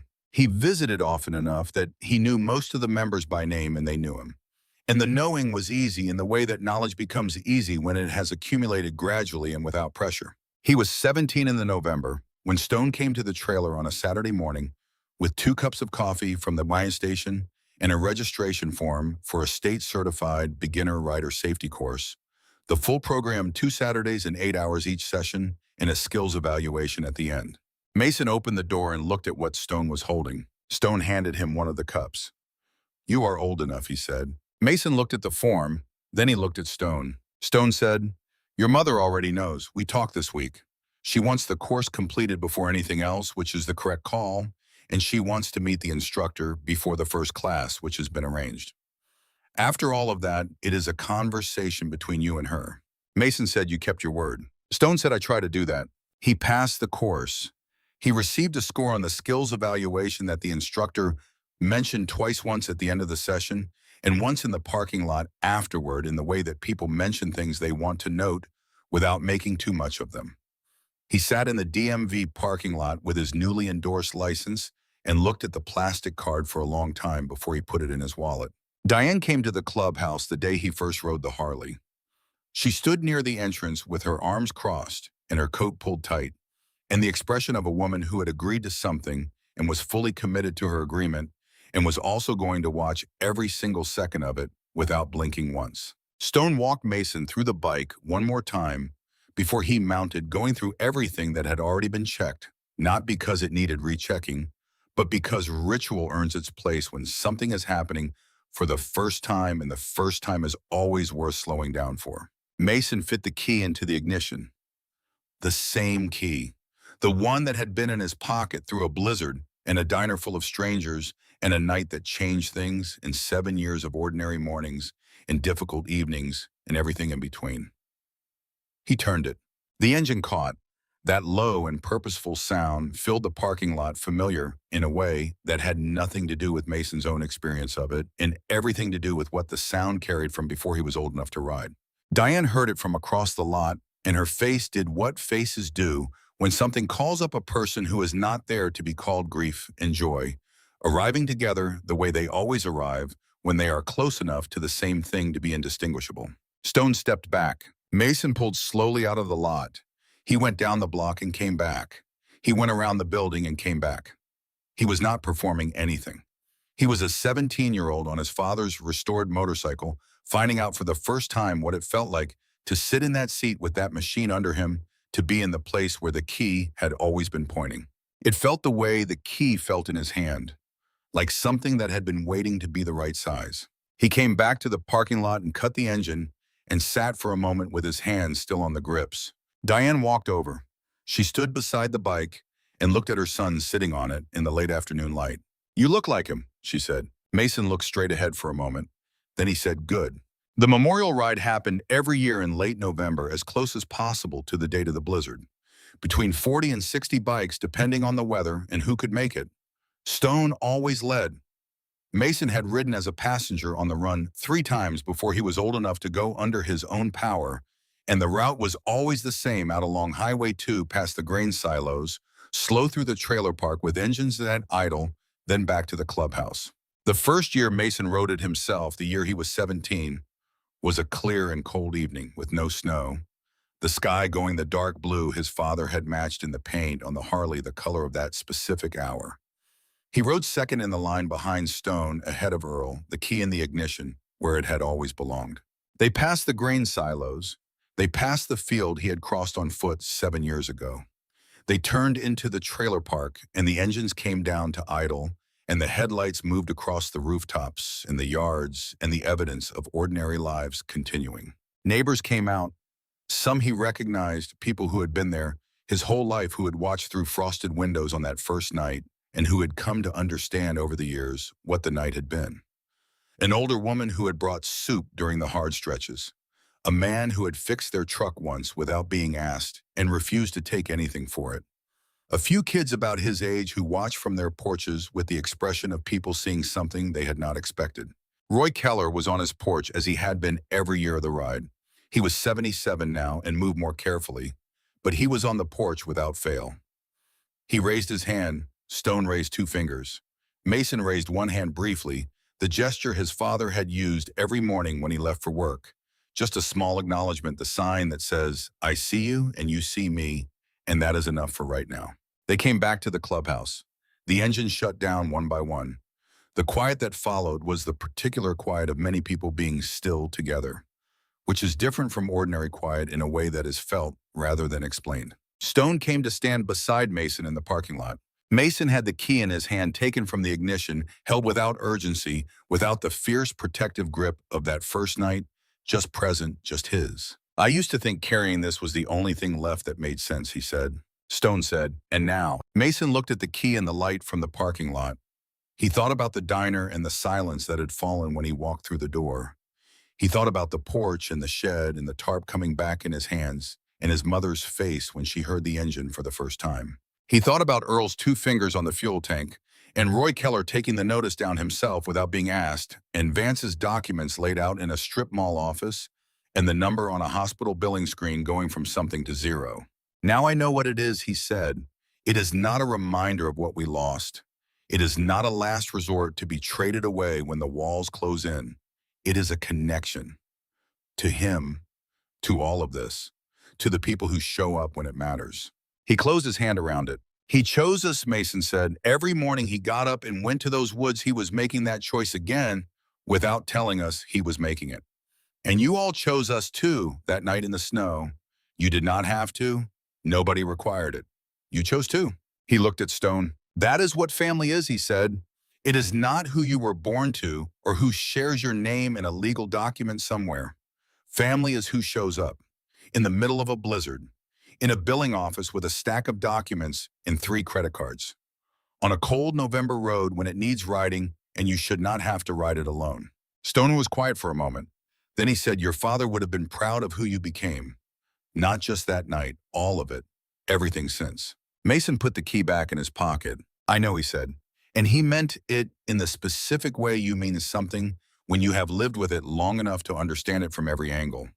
When the grief in it has become something more than grief, something that still holds the exact shape of the person it came from, but that no longer hurts in the same direction, that has become, over time, something you can stand on rather than something that threatens to bury you. Inside the clubhouse, someone had started a song on the jukebox, something old and unhurried and right for the occasion. Light came through the windows in long, warm rectangles laid across the snow. Voices, the sound of people who have known each other through the hard things and the easy things and have made the decision year after year and occasion after occasion to keep showing up for both. Stone held the door open. Mason walked in. The days that followed that November night moved differently than the days before it. Not faster, not slower, but with a different texture, the way air feels different after a long rain cleaner and more available. Mason woke the next morning to the sound of his mother in the kitchen, and for the first time in many months, the sound of her moving around in there did not carry the particular weight it had been carrying, the weight of a person going through the motions of a morning routine while doing calculations that had no good answer. He lay in his bed for a moment, listening to the ordinary sounds of the kettle and the cabinet doors and her footsteps on the linoleum, and he let himself understand that the situation they had been in was different now. He got up and went to the kitchen and sat down at the table. She put a mug in front of him without being asked. She sat across from him. For a moment, neither of them spoke. You should have told me you were going, she said. Her voice was not angry. It was the voice of a mother who has processed something overnight and arrived at a place that is not anger. I know, he said. You would have stopped me. I might have, she agreed. I could not let that happen, Mason said.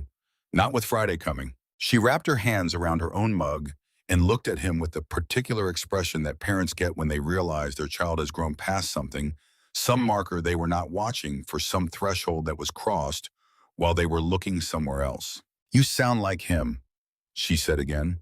It was the same thing she had said in the kitchen last night, but the way she said it now was different, warmer, less freighted with grief, and more weighted with recognition. Mason said nothing. He drank his coffee. Outside, the snow from the night before sat undisturbed on the fence posts and the roof of the shed and the tarp-covered shapes of things in the yard, clean and white and temporary, the way snow is always temporary in Montana. It would be gone before the week was out. The cold would stay. He thought about the key in his coat pocket. He thought about sitting on the Harley in the shed with his hands on the grips and the key placed in the ignition and not turned. He thought about what Earl had said about men who made hard choices, not once, but every day, and he sat with his mother in the kitchen in the early morning light and understood that every morning from here forward was also going to be a choice about what kind of person to be, and that the choosing was going to be the whole of it, not a moment, but a practice, something done in the dark when nobody was watching and done again the next morning and the morning after that. The bill from the hospital was gone from the windowsill by the time he came home from school that afternoon.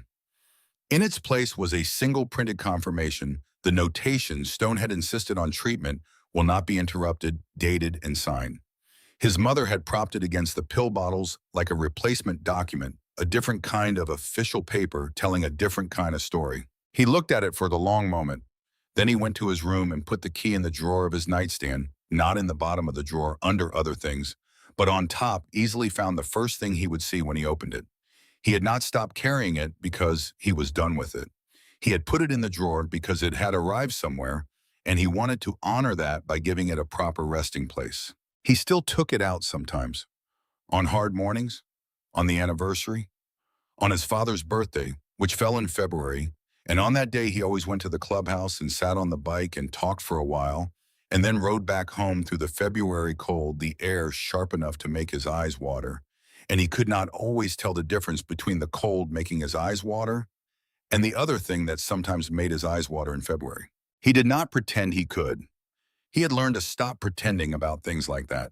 Vance Locke filed the documentation with the Montana Department of Justice in December of that year, a thorough and organized package covering the coal account and 3 others that his research had identified in Holden's client list. The investigation that followed lasted 18 months.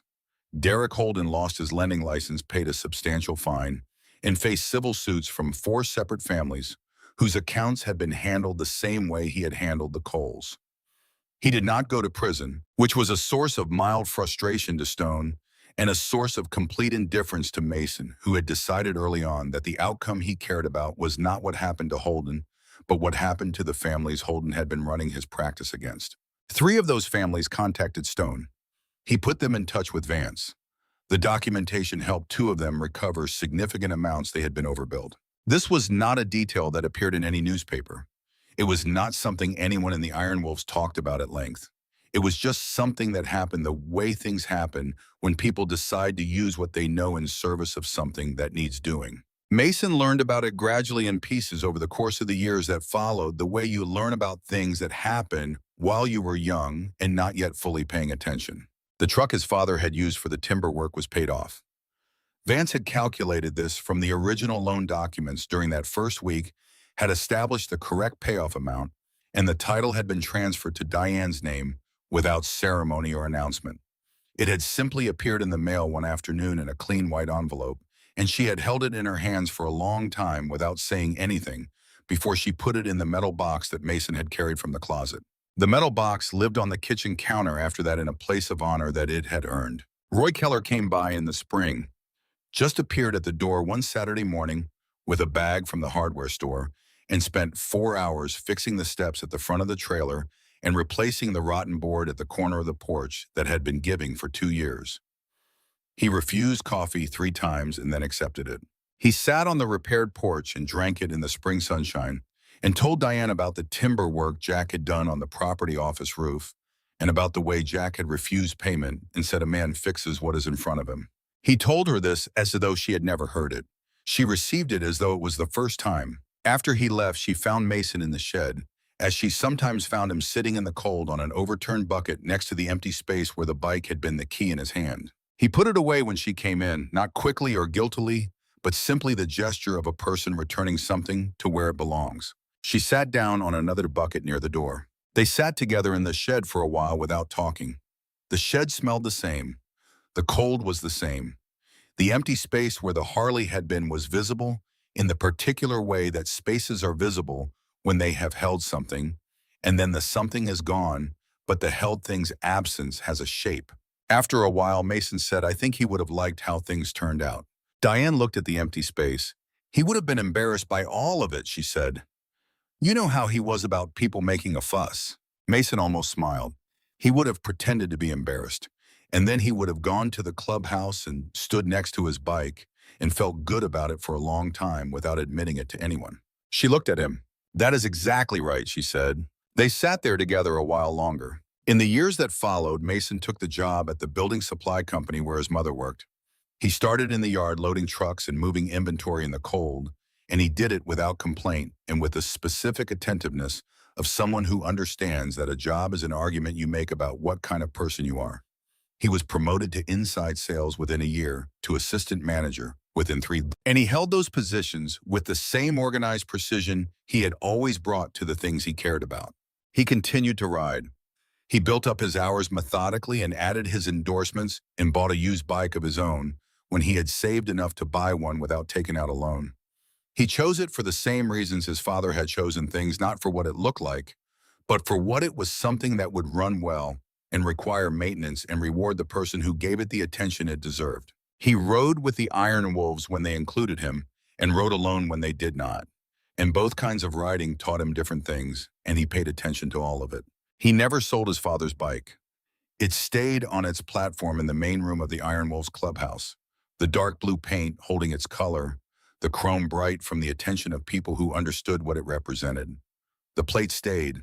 The name stayed. People walked in and saw it, and some of them asked about it, and when they asked, they were told, and what they were told always started with a boy who had walked 2 miles in a blizzard and asked for what he needed. Earl Decker talked about Jack Cole at the annual memorial ride every year without fail, until he was too old to ride, and then attended as a passenger and talked about him. Still the particular Jack Cole of the Nevada Road and the Laughlin Run, and the 2 years of riding together, the Jack Cole who had stepped in front of something without being asked and then laughed it off. He told this story with the accuracy and the reverence of a man who has been telling the same true story for so long that he has learned exactly which details matter and which ones can be let go. Mason listened every year. Every year he heard something in it that he had not heard the year before, some frequency that became audible only when you had grown far enough into the story to receive it. He was 23 when Earl pulled him aside after the ride one year and said, "Your dad saved my life, not just that night. He saved the kind of life I was going to have afterward. Because of what he chose, there was a version of me that came out the other side of that moment, still knowing what it was supposed to mean to show up for somebody." Mason said, "He would have said it was just what you did." Earl said, "I know. That is what made it mean something." They stood in the parking lot for a moment with the sound of the engines cooling around them and the night coming on cold and clear. Mason said, "Do you think he regretted it, leaving the road? Making the choice the way he made it?" Earl was quiet for a long time. He was 68 when they had this conversation, going on 69, and he had the particular quality of stillness that people develop when they have been thinking about a question for a long time and have earned the right to take their time answering. "I think he regretted not having a way to explain it to her," Earl said finally.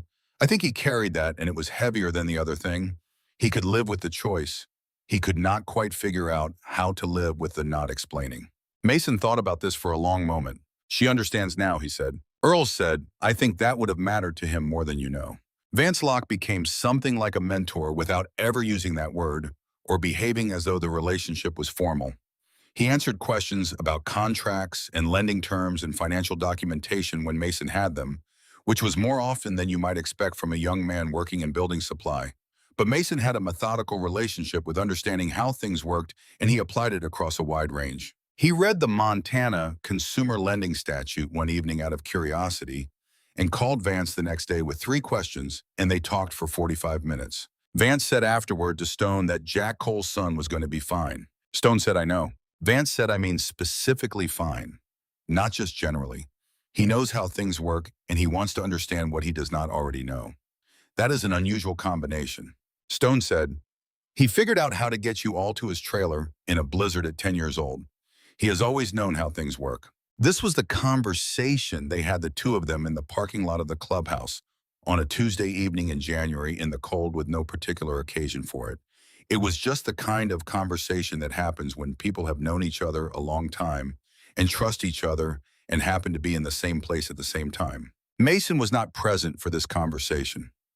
He heard about it years later secondhand from Vance, who did not characterize it as anything other than a thing that had been said.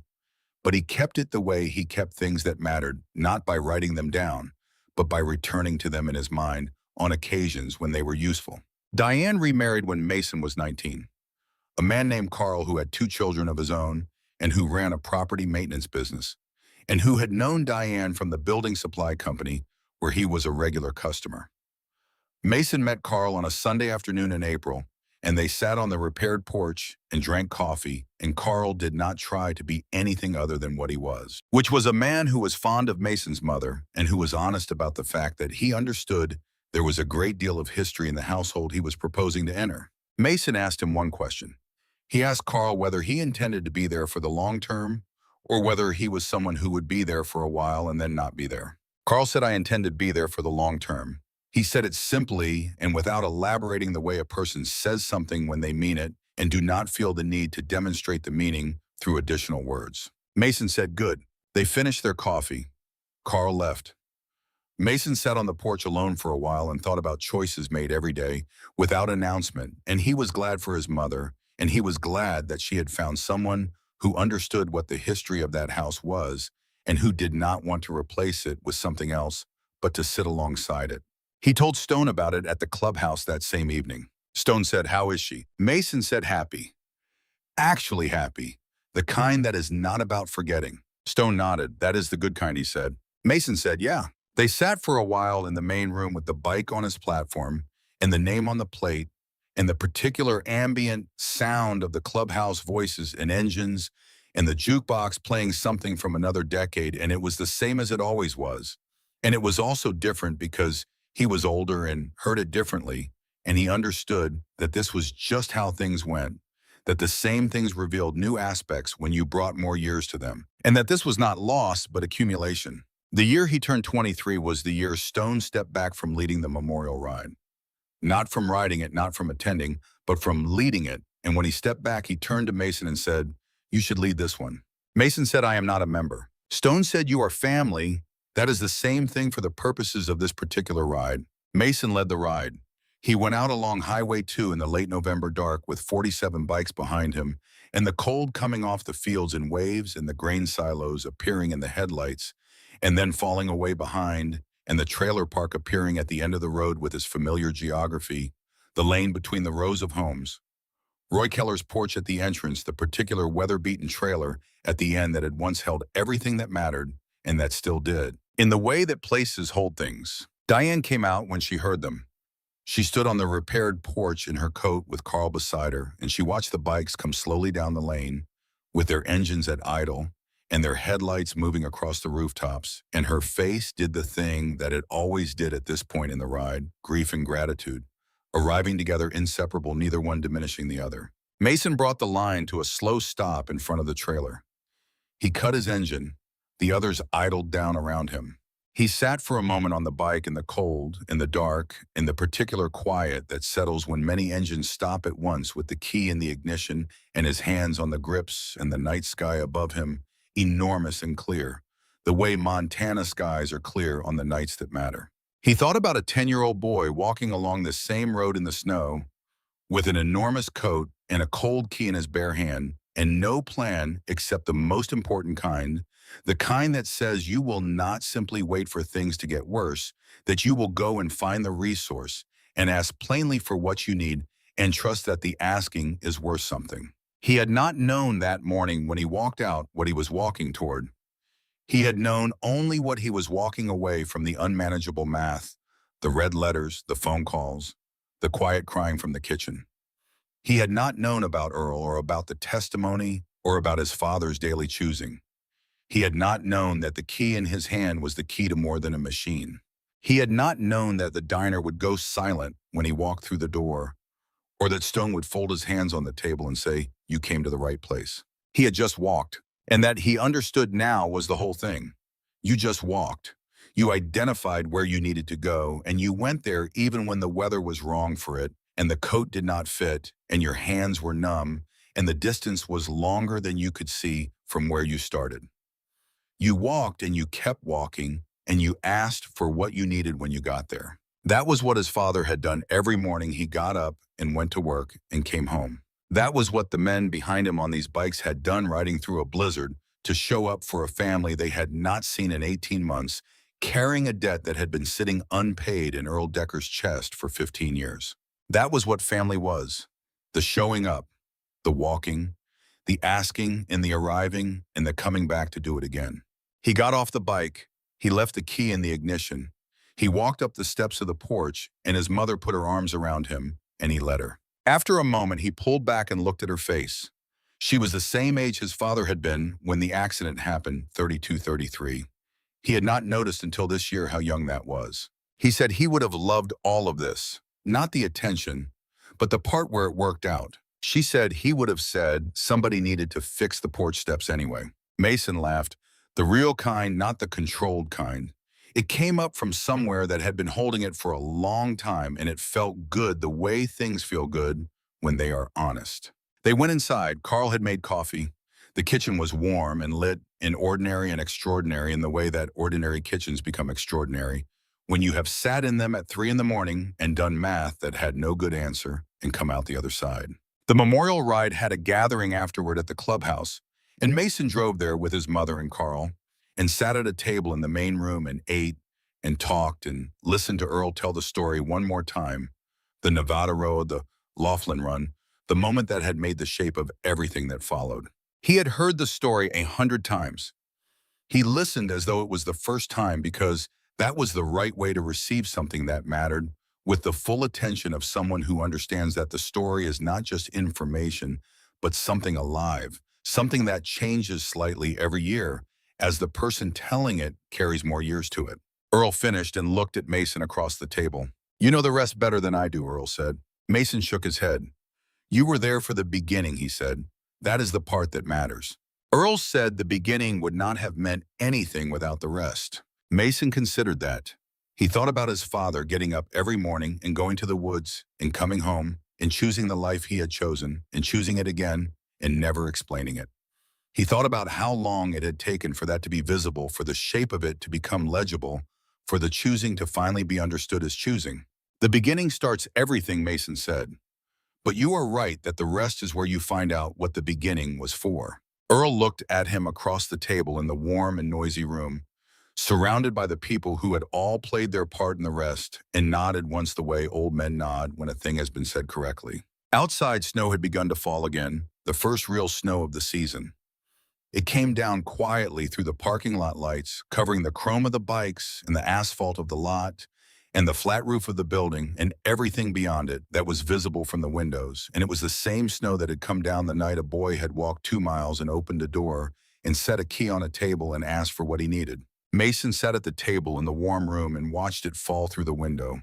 He took the key out of his pocket. He held it in his palm for a moment, that old and familiar weight, the worn place on the bow where another hand had made its shape over years of use. He was 23 years old and the key had been in his pocket in some form in the original or in the nightstand drawer that was near enough to carry for 13 years now. And he understood it the way you understand something you have lived alongside for a long time, not as information, but as knowledge, the kind that is in the body rather than the mind. He put it back in his pocket. He turned back to the table. His mother was talking to Earl, and Carl was refilling coffee cups from the carafe, and Vance was making a point to someone at the end of the table with a controlled precision that Vance always brought to making points. And Stone sat at the center of the table with the particular stillness that Stone had always had, the stillness of a man who has been in enough rooms to know when a room is right. It was a right room, it was a right night, it was the kind of gathering that would not have happened without a blizzard and a key and a boy who had decided that waiting for things to get worse was not something he was willing to do. Mason raised his coffee cup toward Stone across the table. Stone raised his. They did not say anything. They did not need to. Outside, the snow kept falling on the bikes and the asphalt and the whole dark, quiet town. And inside the room was warm and full of the sound of people who had decided to show up for one another. And the key was in Mason's pocket, where it had always belonged. And the name on the plate above the bike caught the light, the way it always caught the light, steady and clear and going nowhere. The building supply company where Mason worked had a loading dock that faced east, and on clear winter mornings, the light came off the mountains in a way that was specific to that part of Montana, cold and sharp and full of a particular clarity that made the world look like something that had been recently decided. Mason stood on that dock on many such mornings, waiting for a truck, his breath fogging the air, the key in his jacket pocket where it had been for years. And he thought about the idea of clarity. He thought about how nothing in that first night had been immediately clear. The hospital balance had been real, but the path through it had not been visible. The finance company debt had been real, but the fraudulent rate had not been something he could see. The notice on the door had been final sounding, but not actually final. Things that had looked like walls had turned out to be doors. Things that had looked like the end of the road had turned out to be a turn in it. He thought about this not because it made him optimistic in a simple way, but because it reminded him that the visible version of a situation was rarely the complete version, and that the difference between giving up and not giving up was often just the question of whether you were willing to walk far enough to find the part of the picture you could not see yet from where you were standing. He had walked 2 miles. He had been 10 years old and the coat did not fit, and his hands were numb, and the math had no good answer that he could see, and he had walked anyway. He tried in his adult life to walk anyway. It was not always cold in Montana. There were summers that came in warm and stayed long weeks of heat that turned the fields golden and brought the mountains into a particular sharpness of outline against a clear blue sky, the blue his father had chosen for the bike that specific hour of light. On those evenings, Mason sometimes rode without a destination, just out along the highway with the fields on either side going gold in the late sun. The engine underneath him making its steady familiar sound, the key in the ignition completing a circuit that had first been completed on a cold November night when he was 10 years old. He thought on those evenings about his father riding the same highway in this same light in this same color of evening, and about what his father had thought about when the road was open and the engine was running, and there was no particular destination, just the road and the light and the machine doing what it was made to do. He thought his father had probably thought about the same things he thought about. The ordinary ones, the ones that do not make for stories, but make up the whole of a life, the small satisfactions and the things left undone, and the people who were in the house when you got home, and the way that mattered more than almost anything else. He thought his father had probably been happy in those moments on the road, and also happy to come home from them, and that this was not a contradiction, but the whole thing that you could love the road and love the coming home from it, and that the one made the other possible. He was still thinking about this on the evening of the memorial ride in the year he turned 25, riding home from the clubhouse in the dark, with the cold coming off the fields and the stars overhead, and the highway running straight and lit by a single headlight, the key in the ignition turning the engine over and over in its steady and purposeful rhythm. He rode through the trailer park on the way home.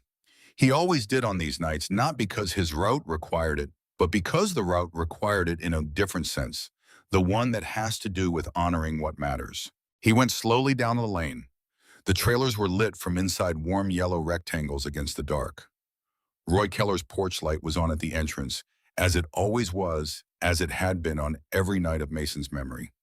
The porch itself stood solid and level on the repairs that Roy had made that spring, years ago, repairs that had held and continued to hold. He stopped in front of the trailer. He sat on the bike for a moment with the engine idling and looked at the place where the red notice had been the door that now had no notice on it and had not had one for years.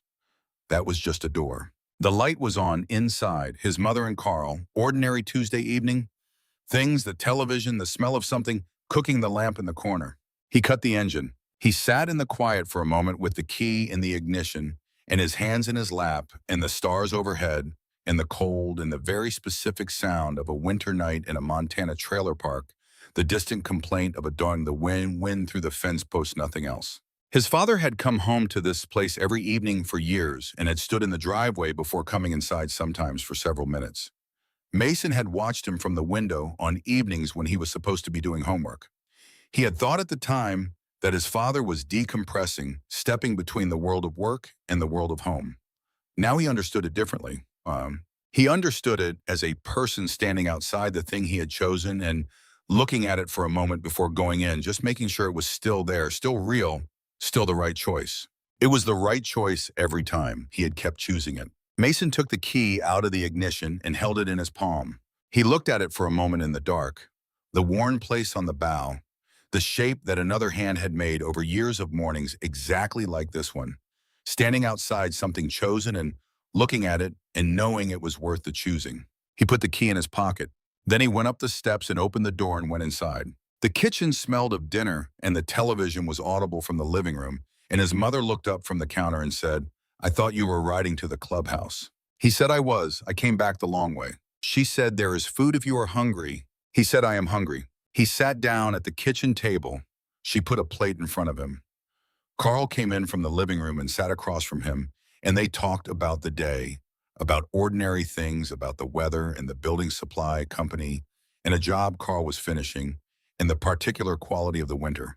So far cold without being brutal, The kind of winner that is honest about what it is rather than pretending to be something else. It was an ordinary Tuesday evening in November. It was the best kind of thing that there was. Mason sat at the table and ate his dinner and listened to the people in the room and felt the key in his pocket, that familiar weight, that worn and honest piece of metal that had been in his hand the night everything changed, and that had been with him through every day since carrying all of it.